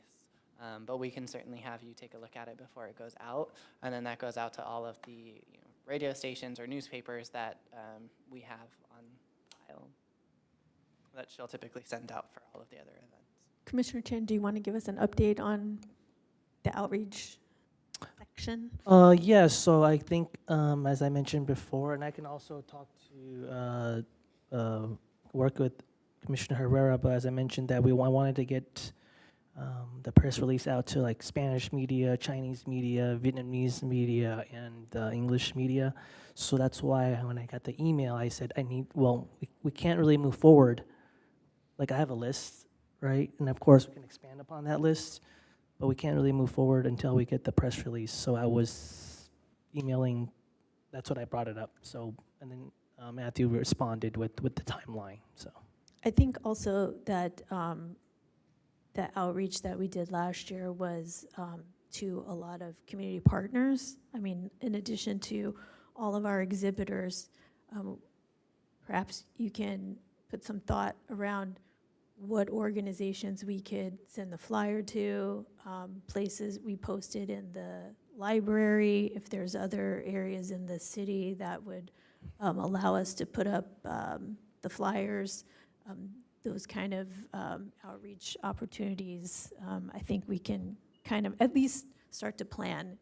And once the flyer is completed in multiple languages, those can go. Yes, yeah, exactly. And that was the other issue, is that, I think right now we can do outreach to the English-speaking ones with one flyer that we just had today. But for example, I know that one effective outreach is through I don't know, the Chinese-speaking people. They do WeChat. There's a lot of WeChat, Line, and WhatsApp groups, and those have been effective for other activities. This is one ballroom dance event. I sent out the flyer to 5 dance groups, and 100 people came from just putting the flyer in the group. So, but yeah, I mean, thank you. Yeah, I think thank you for bringing that to my attention. I think public spaces, public libraries, or came to my mind even churches, or temples, or even the mosques. I think that would be religious yeah. group entities, and maybe that's another form of outreach. Super. Marketing? Yeah. Just to I'm going to send out, I'll definitely send out these flyers and So, stuff like that. So yeah, thank you for bringing that. Thank you. Certainly, certainly. Okay. So also, Commissioner Herrera, do you want to report out on the raffle? Yeah, sure. So as far as my role is to gather the giveaways, I just want to remind everybody that last year I was able to gather a lot, and we were there for a long period of time trying to give away the giveaways. So I'm going to try to gather less this year, and that's a good problem to have, right? That's a good problem. And I mean, we're not there yet, so I can't really gather them, but you can count on me on getting these items. So also wanted to make sure you're going to be running the raffle too. So, That's fine. okay. So one thing that we had talked about was that people were going to have to be present to receive their award, but it looks like in the plan, they may have changed their mind on that. No? So if we're requiring people be present because there was a lot of follow-up afterwards, as you know, with trying to get all of the Right. prizes to people, you might want to think about how we're going to logistically, make sure that we don't exclude anyone who might be, like in a workshop or in the sound booth or wherever when Right. you, Right. so you might want to, I don't know how you want to do it, but maybe have some kind of board to write up the numbers. And that might be an area where we might need volunteers to help distribute those when people come up and, oh, here's my number, and then, cross them off, and then we'll need something. The box we had last year wasn't big enough for the passports, but I know in our debrief, we also talked about maybe doing a separate raffle for the volunteers and the exhibitors. So maybe we want to do that early on in the day and just use like raffle tickets or something versus the passports, because it got pretty Right. mixed up in all of that. So, but I do appreciate your strategy of having fewer items. I think that'll be definitely better than having so many announcements during the day. Right. So so what is our line of approach? Or so are we going to do the raffle towards the end, or we're going to do it like in the mid, or what is the line of approach? I think it's totally up to you. Okay, well, then that's the case, I think, enter as we go, and I feel that we should do whoever wins, they participated. If they left or they came and they're not there or whatever, what have you, that we should just contact them, and then if they want to come, pick up the prizes, and So that's, I'm sorry, Commissioner Herrera, but it was a huge burden on the city staff last year. could do it. trying to Can I do it? Can I volunteer on So contact? I put together a list for them, and we called people, and they don't come back, or we couldn't read numbers and emails. It just became very complicated. And I understand trying to get people prizes because they participated, but we're going to give them the entire 4 hours of the event to be there. You will be in charge of the raffle. You can, I guess, do it the way that you would like to, but I am just letting you know that there were a significant number of prizes left last year. We never got in touch with people, and then all of your hard work was kind of for nothing because we right. ended up with a lot of prizes left over. So I think doing maybe 4 larger prizes, having people have to be present to win, and not present at the drawing, but present sometime during that 4 hours to pick up their Right. prize, makes it much easier for you, for the staff, for everyone. Right, I understand. So, so with that said, then I think it's best to do 2 raffles, one in the beginning, right at the beginning, and let them know we're going to do a raffle, and one at the end, and then that's it. Well, you can't do it right at the beginning, because remember, they will have to go through all the exhibitors to get their stamps before they can enter the raffle. And I think last year we said that they had to, I forgot, they had to have at least 10 stickers or something like that Right. versus everybody.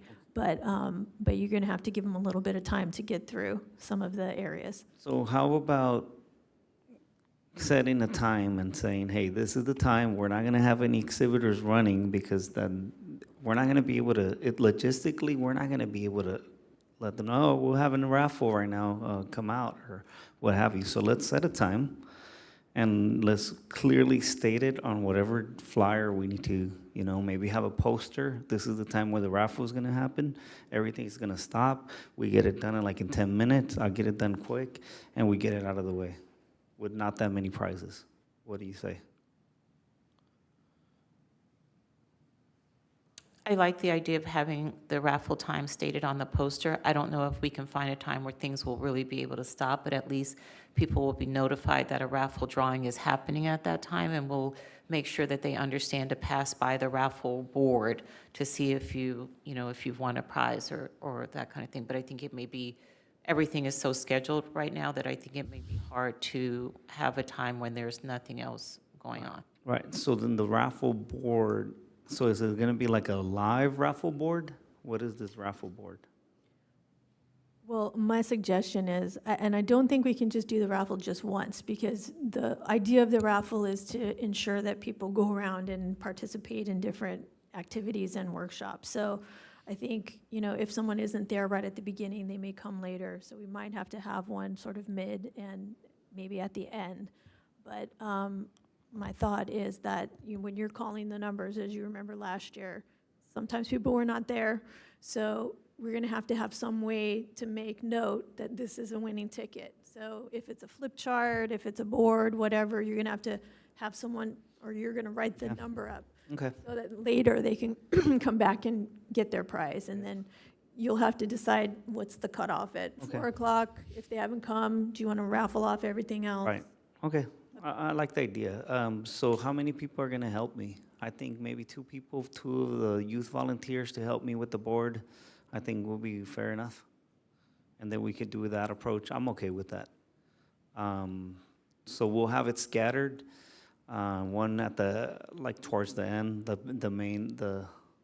the last one towards the end of the event, and then, yeah, we'll just raffle. Whoever's there gets the prize, and we'll give them enough time, maybe an hour. An hour, that's fair enough. An hour, if we do the first raffle, let's say at the beginning, or not at the beginning, but 30 minutes with, when we have a certain amount of tickets, then we'll set a time, you have an hour to come and get your prize, and then if they don't come, we'll scratch them out completely. Okay, we can manage that. I just need at least 2 volunteers to help me with the board. And I would like to have, I'll scratch that. I digress. Okay, that's it. Just 2 people to help me out with that. That will be good. Yeah, so I thank you for doing that, and I think that makes a lot of sense. Right.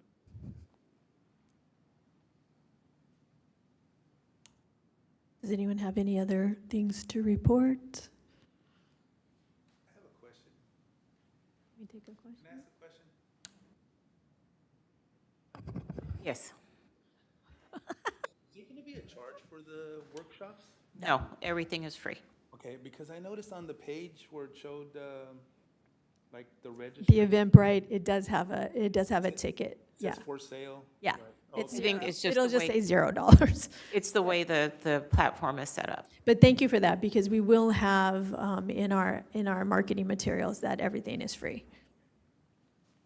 I think we hashtagged free on the Eventbrite too, so hopefully that'll be clear. Actually, I just thought of something. Speaking of media and all these things, are we gonna have a hashtag for the event, like SG Mental Health Expo, or is that kind of a? I think maybe that's a Commissioner Chavez Morris question.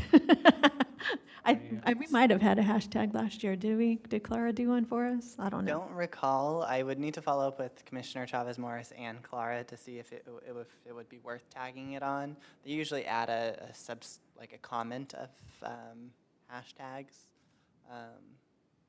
once they make a post. So Yeah. I can follow up with that. As far as the raffle goes, is there on the flyer, do we have some kind of promotion on this? It might garnish some people to come just for the raffle. Do we have that on the flyer? I think we put it in the press release that there would be raffle prizes, because we were trying to keep the flyer from having too much information on it.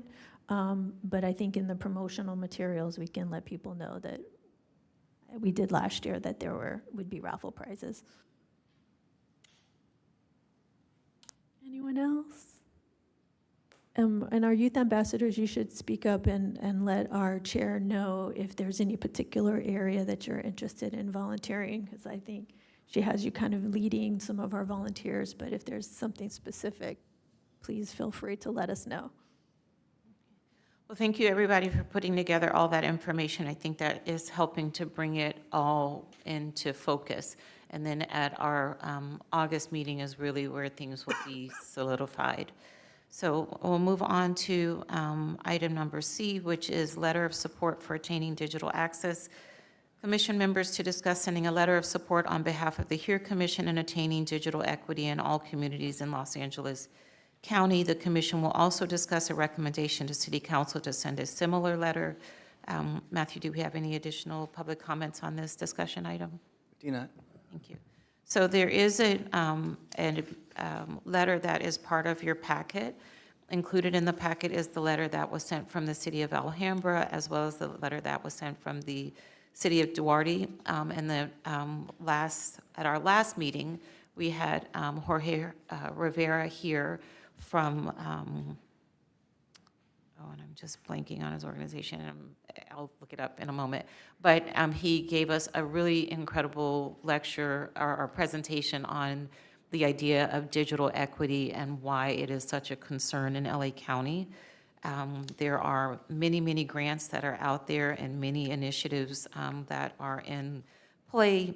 So at this point, none of this is asking for any funding from the city. Just to address the question earlier, what we're asking for right now is the recognition that there is this inequity in access to certainly high-speed internet, and that a lot of that is driven by the fact that the companies that control those services are not regulated. So there is a letter that has been provided that I created based on the letters from the other cities that I am asking you to consider. And then the second part of the consideration would be to ask our city council to also send a letter specifically from the city of San Gabriel, as they did in the city of Duarte and San Gabriel and other, and Alhambra and other cities.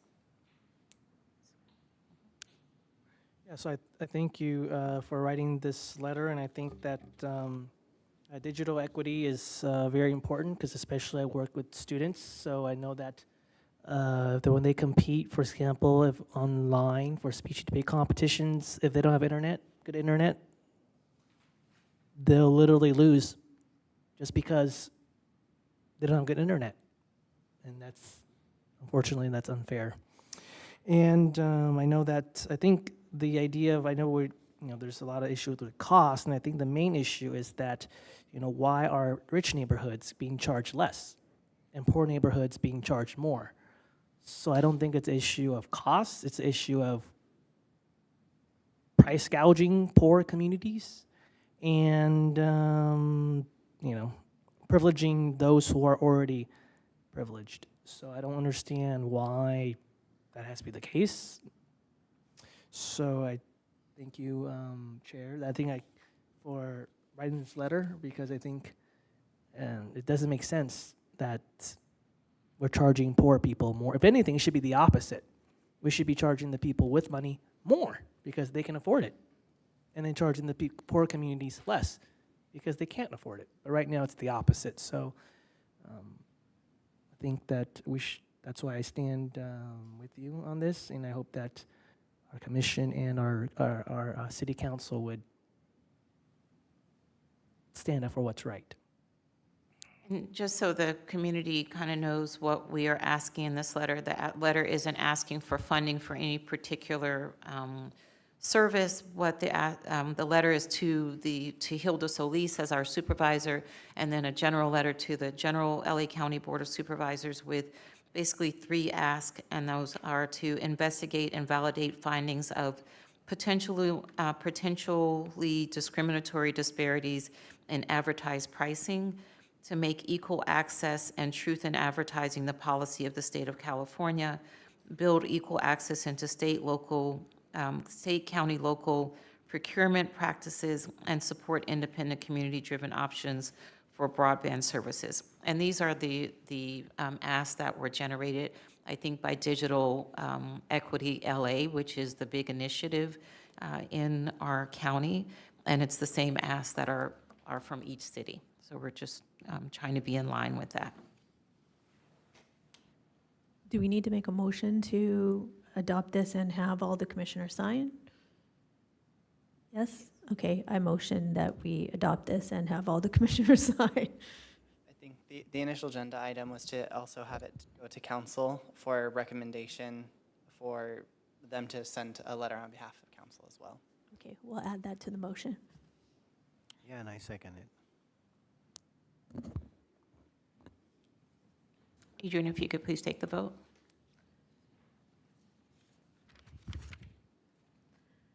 Commissioner Bernhag is absent. Commissioner Chavez Morris is absent. Commissioner Chen, Aye. Commissioner Herrera, Aye. Commissioner Khan, Aye. Vice Chair Godo, Aye. Chair Jennings Nunez. Aye. Motion passed by a vote of 5 ayes, 0 nays, 0 abstentions, and 2 absent. Thank you. There are just a couple of typos in it, and those will be corrected before it's sent out. In terms of signatures, I think the best way to do it is if we sign and send you a photo of it, or how can we do that? Correct. So typically the way we do it for like directors' signatures would be just sign on a blank piece of paper. You can scan the whole piece of paper in and then send it off to me, and I'll splice it out and add it in. Or if it's easier, you can also stop by the office and sign on a blank piece of paper, and I'll scan it in and then shred it when I'm done with it. Yeah. I will say that the goal will be to send this out by, I'm going to say, really in the next 7 days. So the letter's written, it just needs the signatures and to be sent out. We don't need approval from City Council. Whether City Council sends one out or not will be for them to decide. So please send your signatures in. If you would like to sign it in person, you have 7 days to get there to do it. Or if you don't want to scan it, sign a piece of paper right now and hand it to Matthew. There you go. Exactly. Thank you, Commissioner Vice Chair Godo. Okay, so we are moving on to our next agenda item, which is the commissioner comments. I think that's where we are. Commission reports. So each commissioner may address the HERE Commission in public on matters of general information and/or concern.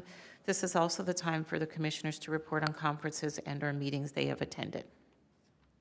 And we'll start at the end with our youth ambassadors. So Youth Ambassador Rios.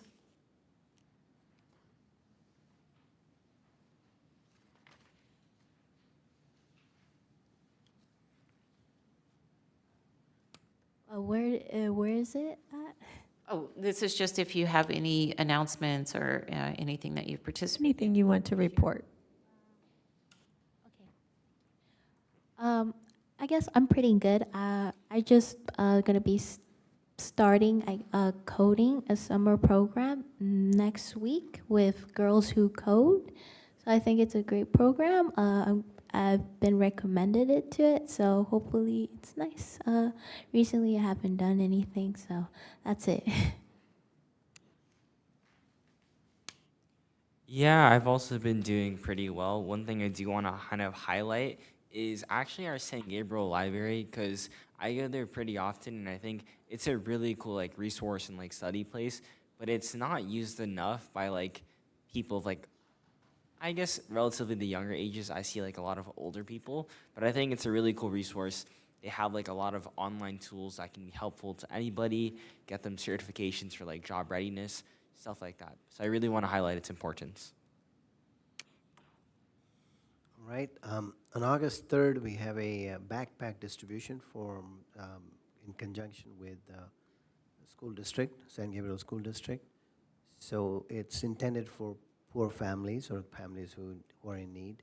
So the backpack has the supplies with it, so notebooks, as well as pencils, sharpeners, and etc.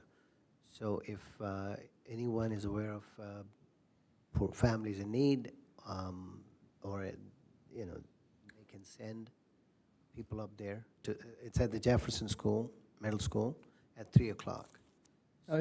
Is that on city digital, city social media, or how can we get the? Is it It's- on any kind of social media? It's going through mosque, so it's not official through the city. So we're working with the school district, San Gabriel School District. So is the San Gabriel School District going to post it? They are sending out, they have, I believe, a parent square, so they are sending out a flyer, and we're sending out a flyer too. And this is not restricted to any specific sort of income or anything. We're just basically looking for somebody, folks in need, and we'll be just distributing those. Because if we just even have one social media post, I post and then they post, it will very quickly get the word out. So I don't know if there's a digital flyer you can email me, or I don't know. But I do have a flyer, so I can pass them along to you. And I know last year they had an excellent response, right? Yes, yes. So whatever was done in terms of marketing, the word got out. But certainly the more the better, because the mosque has access to lots of resources, fortunately. They're able to help a lot of people, but you had a really great response last year. We did, and about 1,100 backpacks this time around, so. wow. Yeah, so it's going to be quite impressive, so. Do you need volunteers for that too? Oh, yes, we do. There's no ifs and buts. The school district is arranging for few. However, we're going to have to get as many as we can from the mosque and other places. It's on August 3rd, Thursday, I believe, at 3:00. Yep.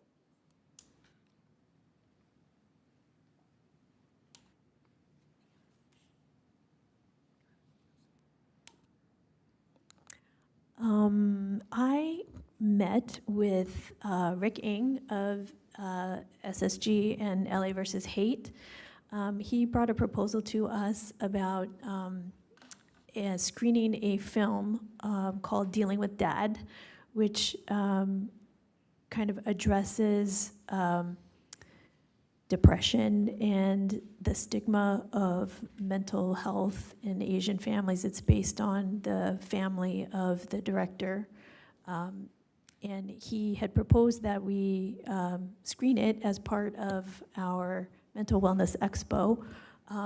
They had planned to do it last May in conjunction with the Chinese American Citizens Alliance and the Asian Pacific Islander with Disabilities of California groups for API Heritage Month and Mental Health Awareness Month, but it was just too busy and there were too many events going on. So there's a description in your packet, and I think, of course, it's a little bit much to add to our event. It would basically double the amount of time that we would be hosting an event. But I thought it was a very intriguing idea. And so the film is kind of a comedic drama, and I think maybe we can discuss further on an agenda item on whether this is something we might want to partner with them to host perhaps next year or at a later date, maybe at the Mission Playhouse. They were planning a smaller venue, but just wanted to put it out there. I think it's a really interesting film. It's won a lot of film festivals, and the director and mental health professionals were lined up to do a panel afterwards. So maybe that's something we can discuss in the future. And then the other thing I just wanted to highlight is that, if I can find it, the next 411 with the chief will be happening on Tuesday, August 8th, right here in the council chambers from 6 to 7 p.m. And it's an opportunity for the community to come and bring any of your questions or concerns directly to our interim police chief, Chief Nakamura. So I hope that people will take advantage of this opportunity and come out and raise your concerns or ask your questions. And that's it for me. Commissioner Roja, can you add the fire chief and the public works director is also there? They're all there? Okay, so I've been informed that also the fire chief and the public works director also attend the 411. Commissioner Herrera? So I attended a lot of events, but I'm going to keep it short. 4th of July event where we judged and along with other fellow commissioners. Felt like I don't want to say it was a huge success because, well, maybe it was, right? To what we were expecting, it was pretty good. But I got some feedback from the residents, longtime residents that have been living in the city, and they've noticed a significant, decrease on the actual participants and the actual parade, and just something to look into, right, for the future. I want to make sure that I bring that back to you, Matthew and Mark. They want to see that parade expand as what it used to be before, full glory. I think it's feasible and something to look into, right? Expansion on the parade and maybe include a band or a couple of bands or multiple bands from the middle schools. I know we did have middle school presence, and it's it's fun, right? It's a youth. It's I think entailed to be a youth parade, right? And I think we're doing a good job. We're doing what we can with what we have. But we have room for improvement, and maybe next year we'll continue to grow as far as the 4th of July parade.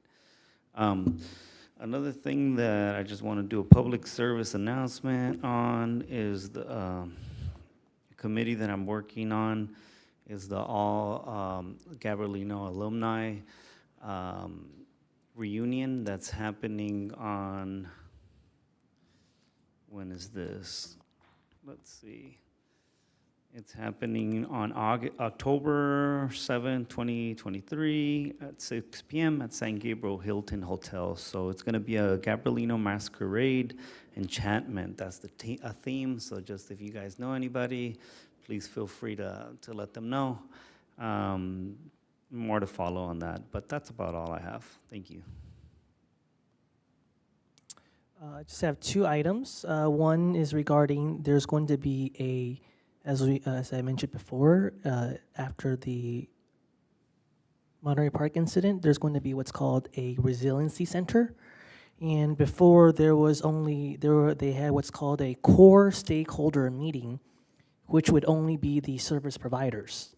And I challenged that thought that core stakeholders should include community members and victims and nonprofit leaders, elected officials, not just service providers. So now, thankfully, the Resiliency Center will now include, they've changed the name. They said that, okay, there's no such thing as core stakeholders. They are community stakeholders, so which will include elected officials, nonprofit leaders, and victims, and just community leaders and activists. So that's because, as we know, in terms of that incident, we did have one retired officer. We do have one resident who was wounded and as a child in our district. And we also have one of the deceased victims lived in the city. So we are a stakeholder. Our community has been affected by this. And then, so yeah, I mean, sometimes it gets very political, and I don't know why, but it is what it is. And the second thing that I'd like to talk about is that there's what's called the RD initiative in LA County, which is the Anti-Racism, Diversity, and Inclusion. And similar to the HERE Commission, it was created in response to the George Floyd incident, tragedy. And in it, as a result of this initiative, there is a report on the state of Black Americans in Los Angeles County. and I'm still reading through it. I'm still learning more about it, and I'm glad that this report came out, and I hope that in light of the data, that programs and resources will be allocated accordingly based on the community's needs.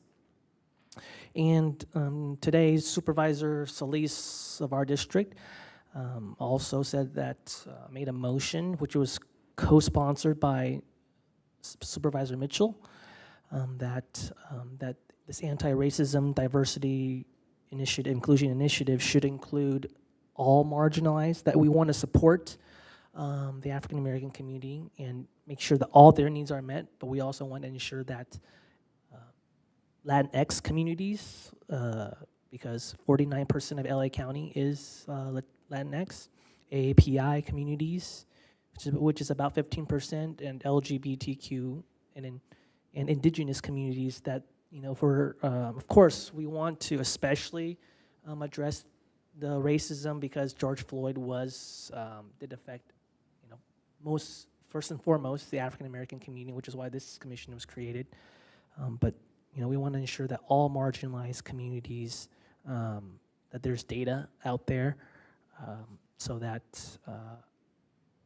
we can meet those needs. Because, for example, in the AAPI community, there's often this model minority myth, and people think that everybody's a crazy rich Asian living in Arcadia, San Marino. But there are a lot of AAPI groups, Hmong, Cambodian, Vietnamese, et cetera, that are actually very low income. In fact, at one point, Chinatown was the second lowest medium household income in all of Los Angeles. So, but yeah, and I think a number of students from San Gabriel called in.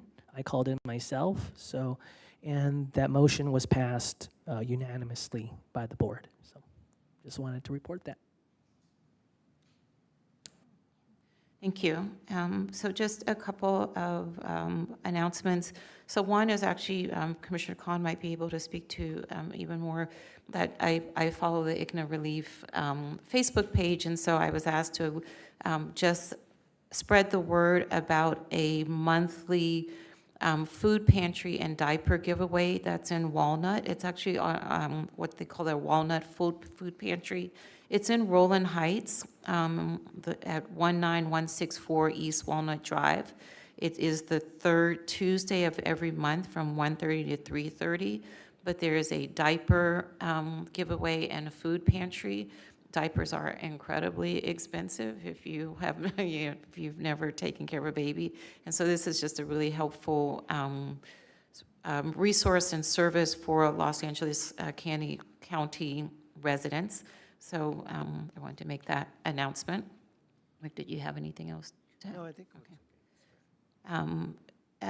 In addition to that, I also want to just remind people that every Thursday, our City of San Gabriel is putting on some entertainment that has been really fabulous. And it's nice to go out in the evenings and bring your dinner and a lawn chair, and it alternates between the Mission Playhouse fountain area, usually with a musical, a band or musical entertainment, and Vincent Lugo Park. I think it's always at Vincent Lugo Park on Thursday afternoons, where there's usually movies and a band, and is a little bit more geared towards families and kids.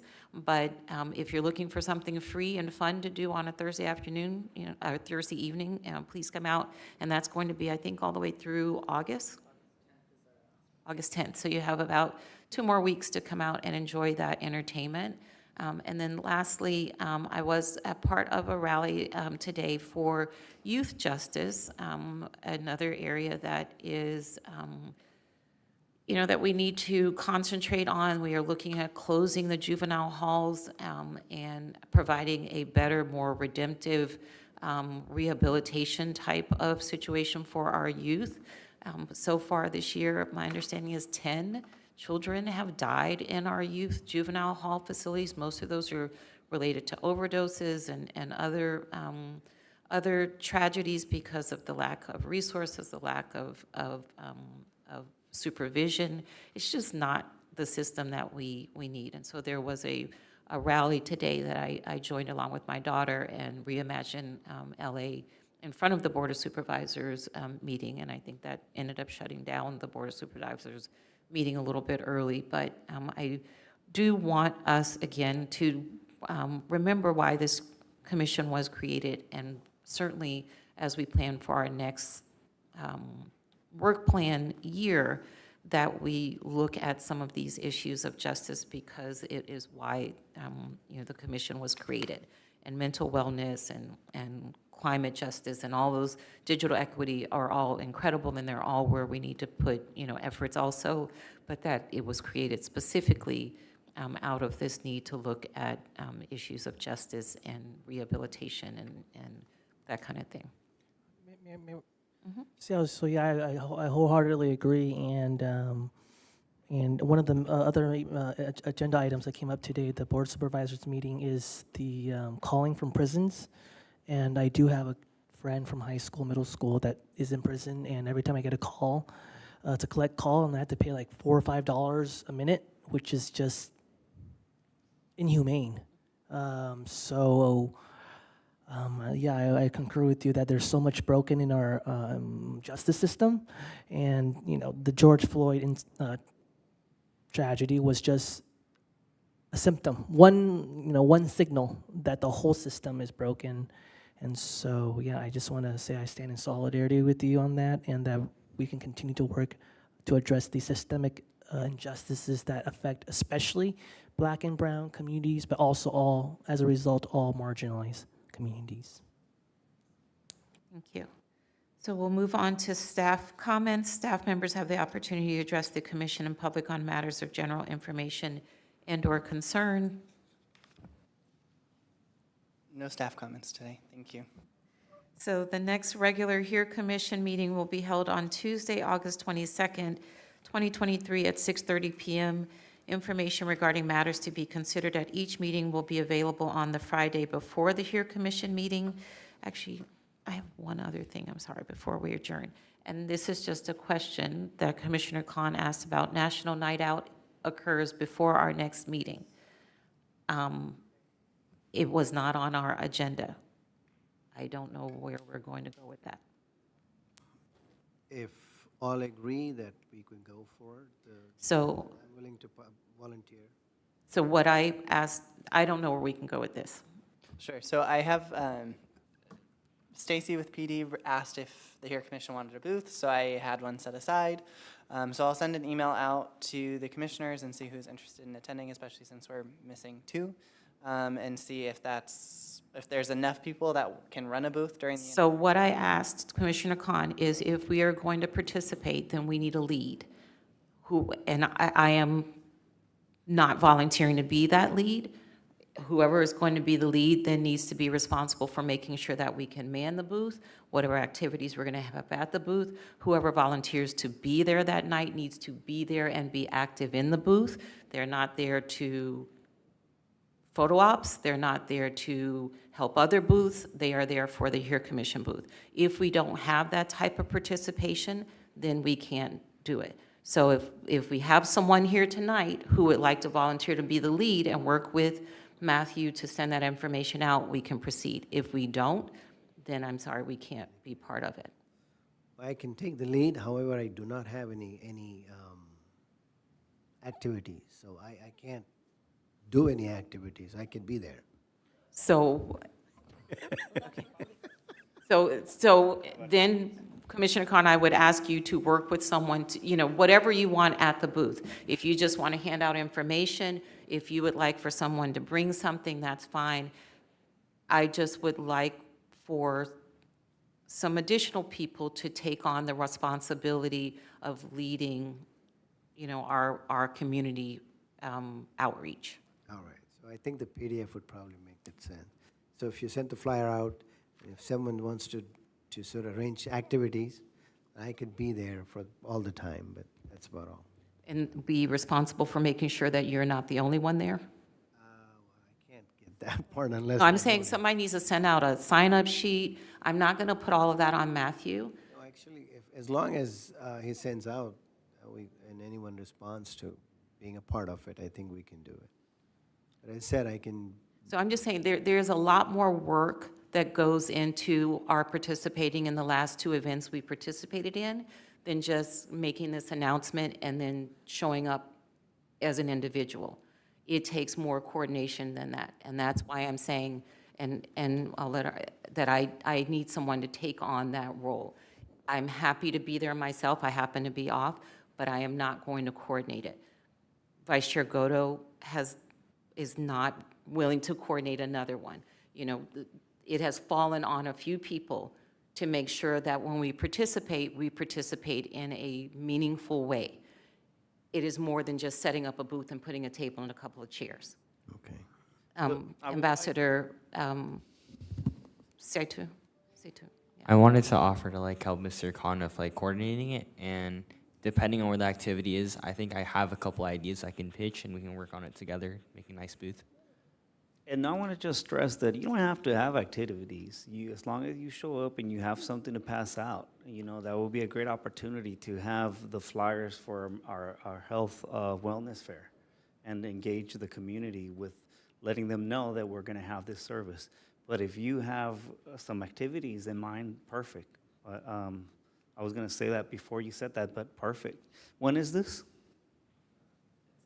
August 1st.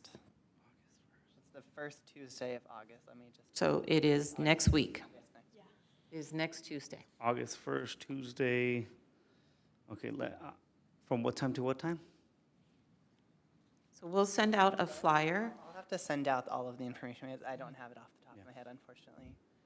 4 hours, and I believe it's 3, starts at 3.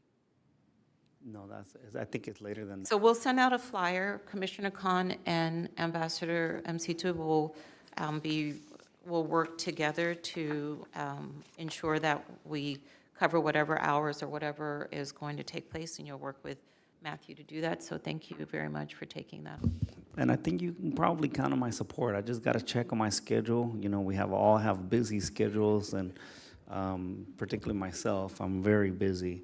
But not trying to say other people are not as busy as me, but let me try to see what I can do and support you. I mean, I'm not going to put up activities because I think that's going up and beyond, but if we do want to have some activities, I'll be more than happy to support and be there. Okay, thank you. I do not have any activity because I know. That's perfectly Vice Chair fine. Guru did a That's perfectly fantastic fine. job last time. But if Ambassador Suchu, you want to come up with some activities, thinking outside the box, that's perfectly fine. Okay. So please keep an eye out on your emails for sign up for booth time and whatever other assignments or roles Commissioner Khan and Ambassador Situ need to support this event. Okay, so with that, the next regular HERE Commission meeting will be held on Tuesday, August 22nd at 6:30 p.m. Information regarding matters to be considered at each meeting will be available on the Friday before the HERE Commission meeting on the city's website at www.sangabrielcity.com. This regular meeting is now adjourned at 9:00.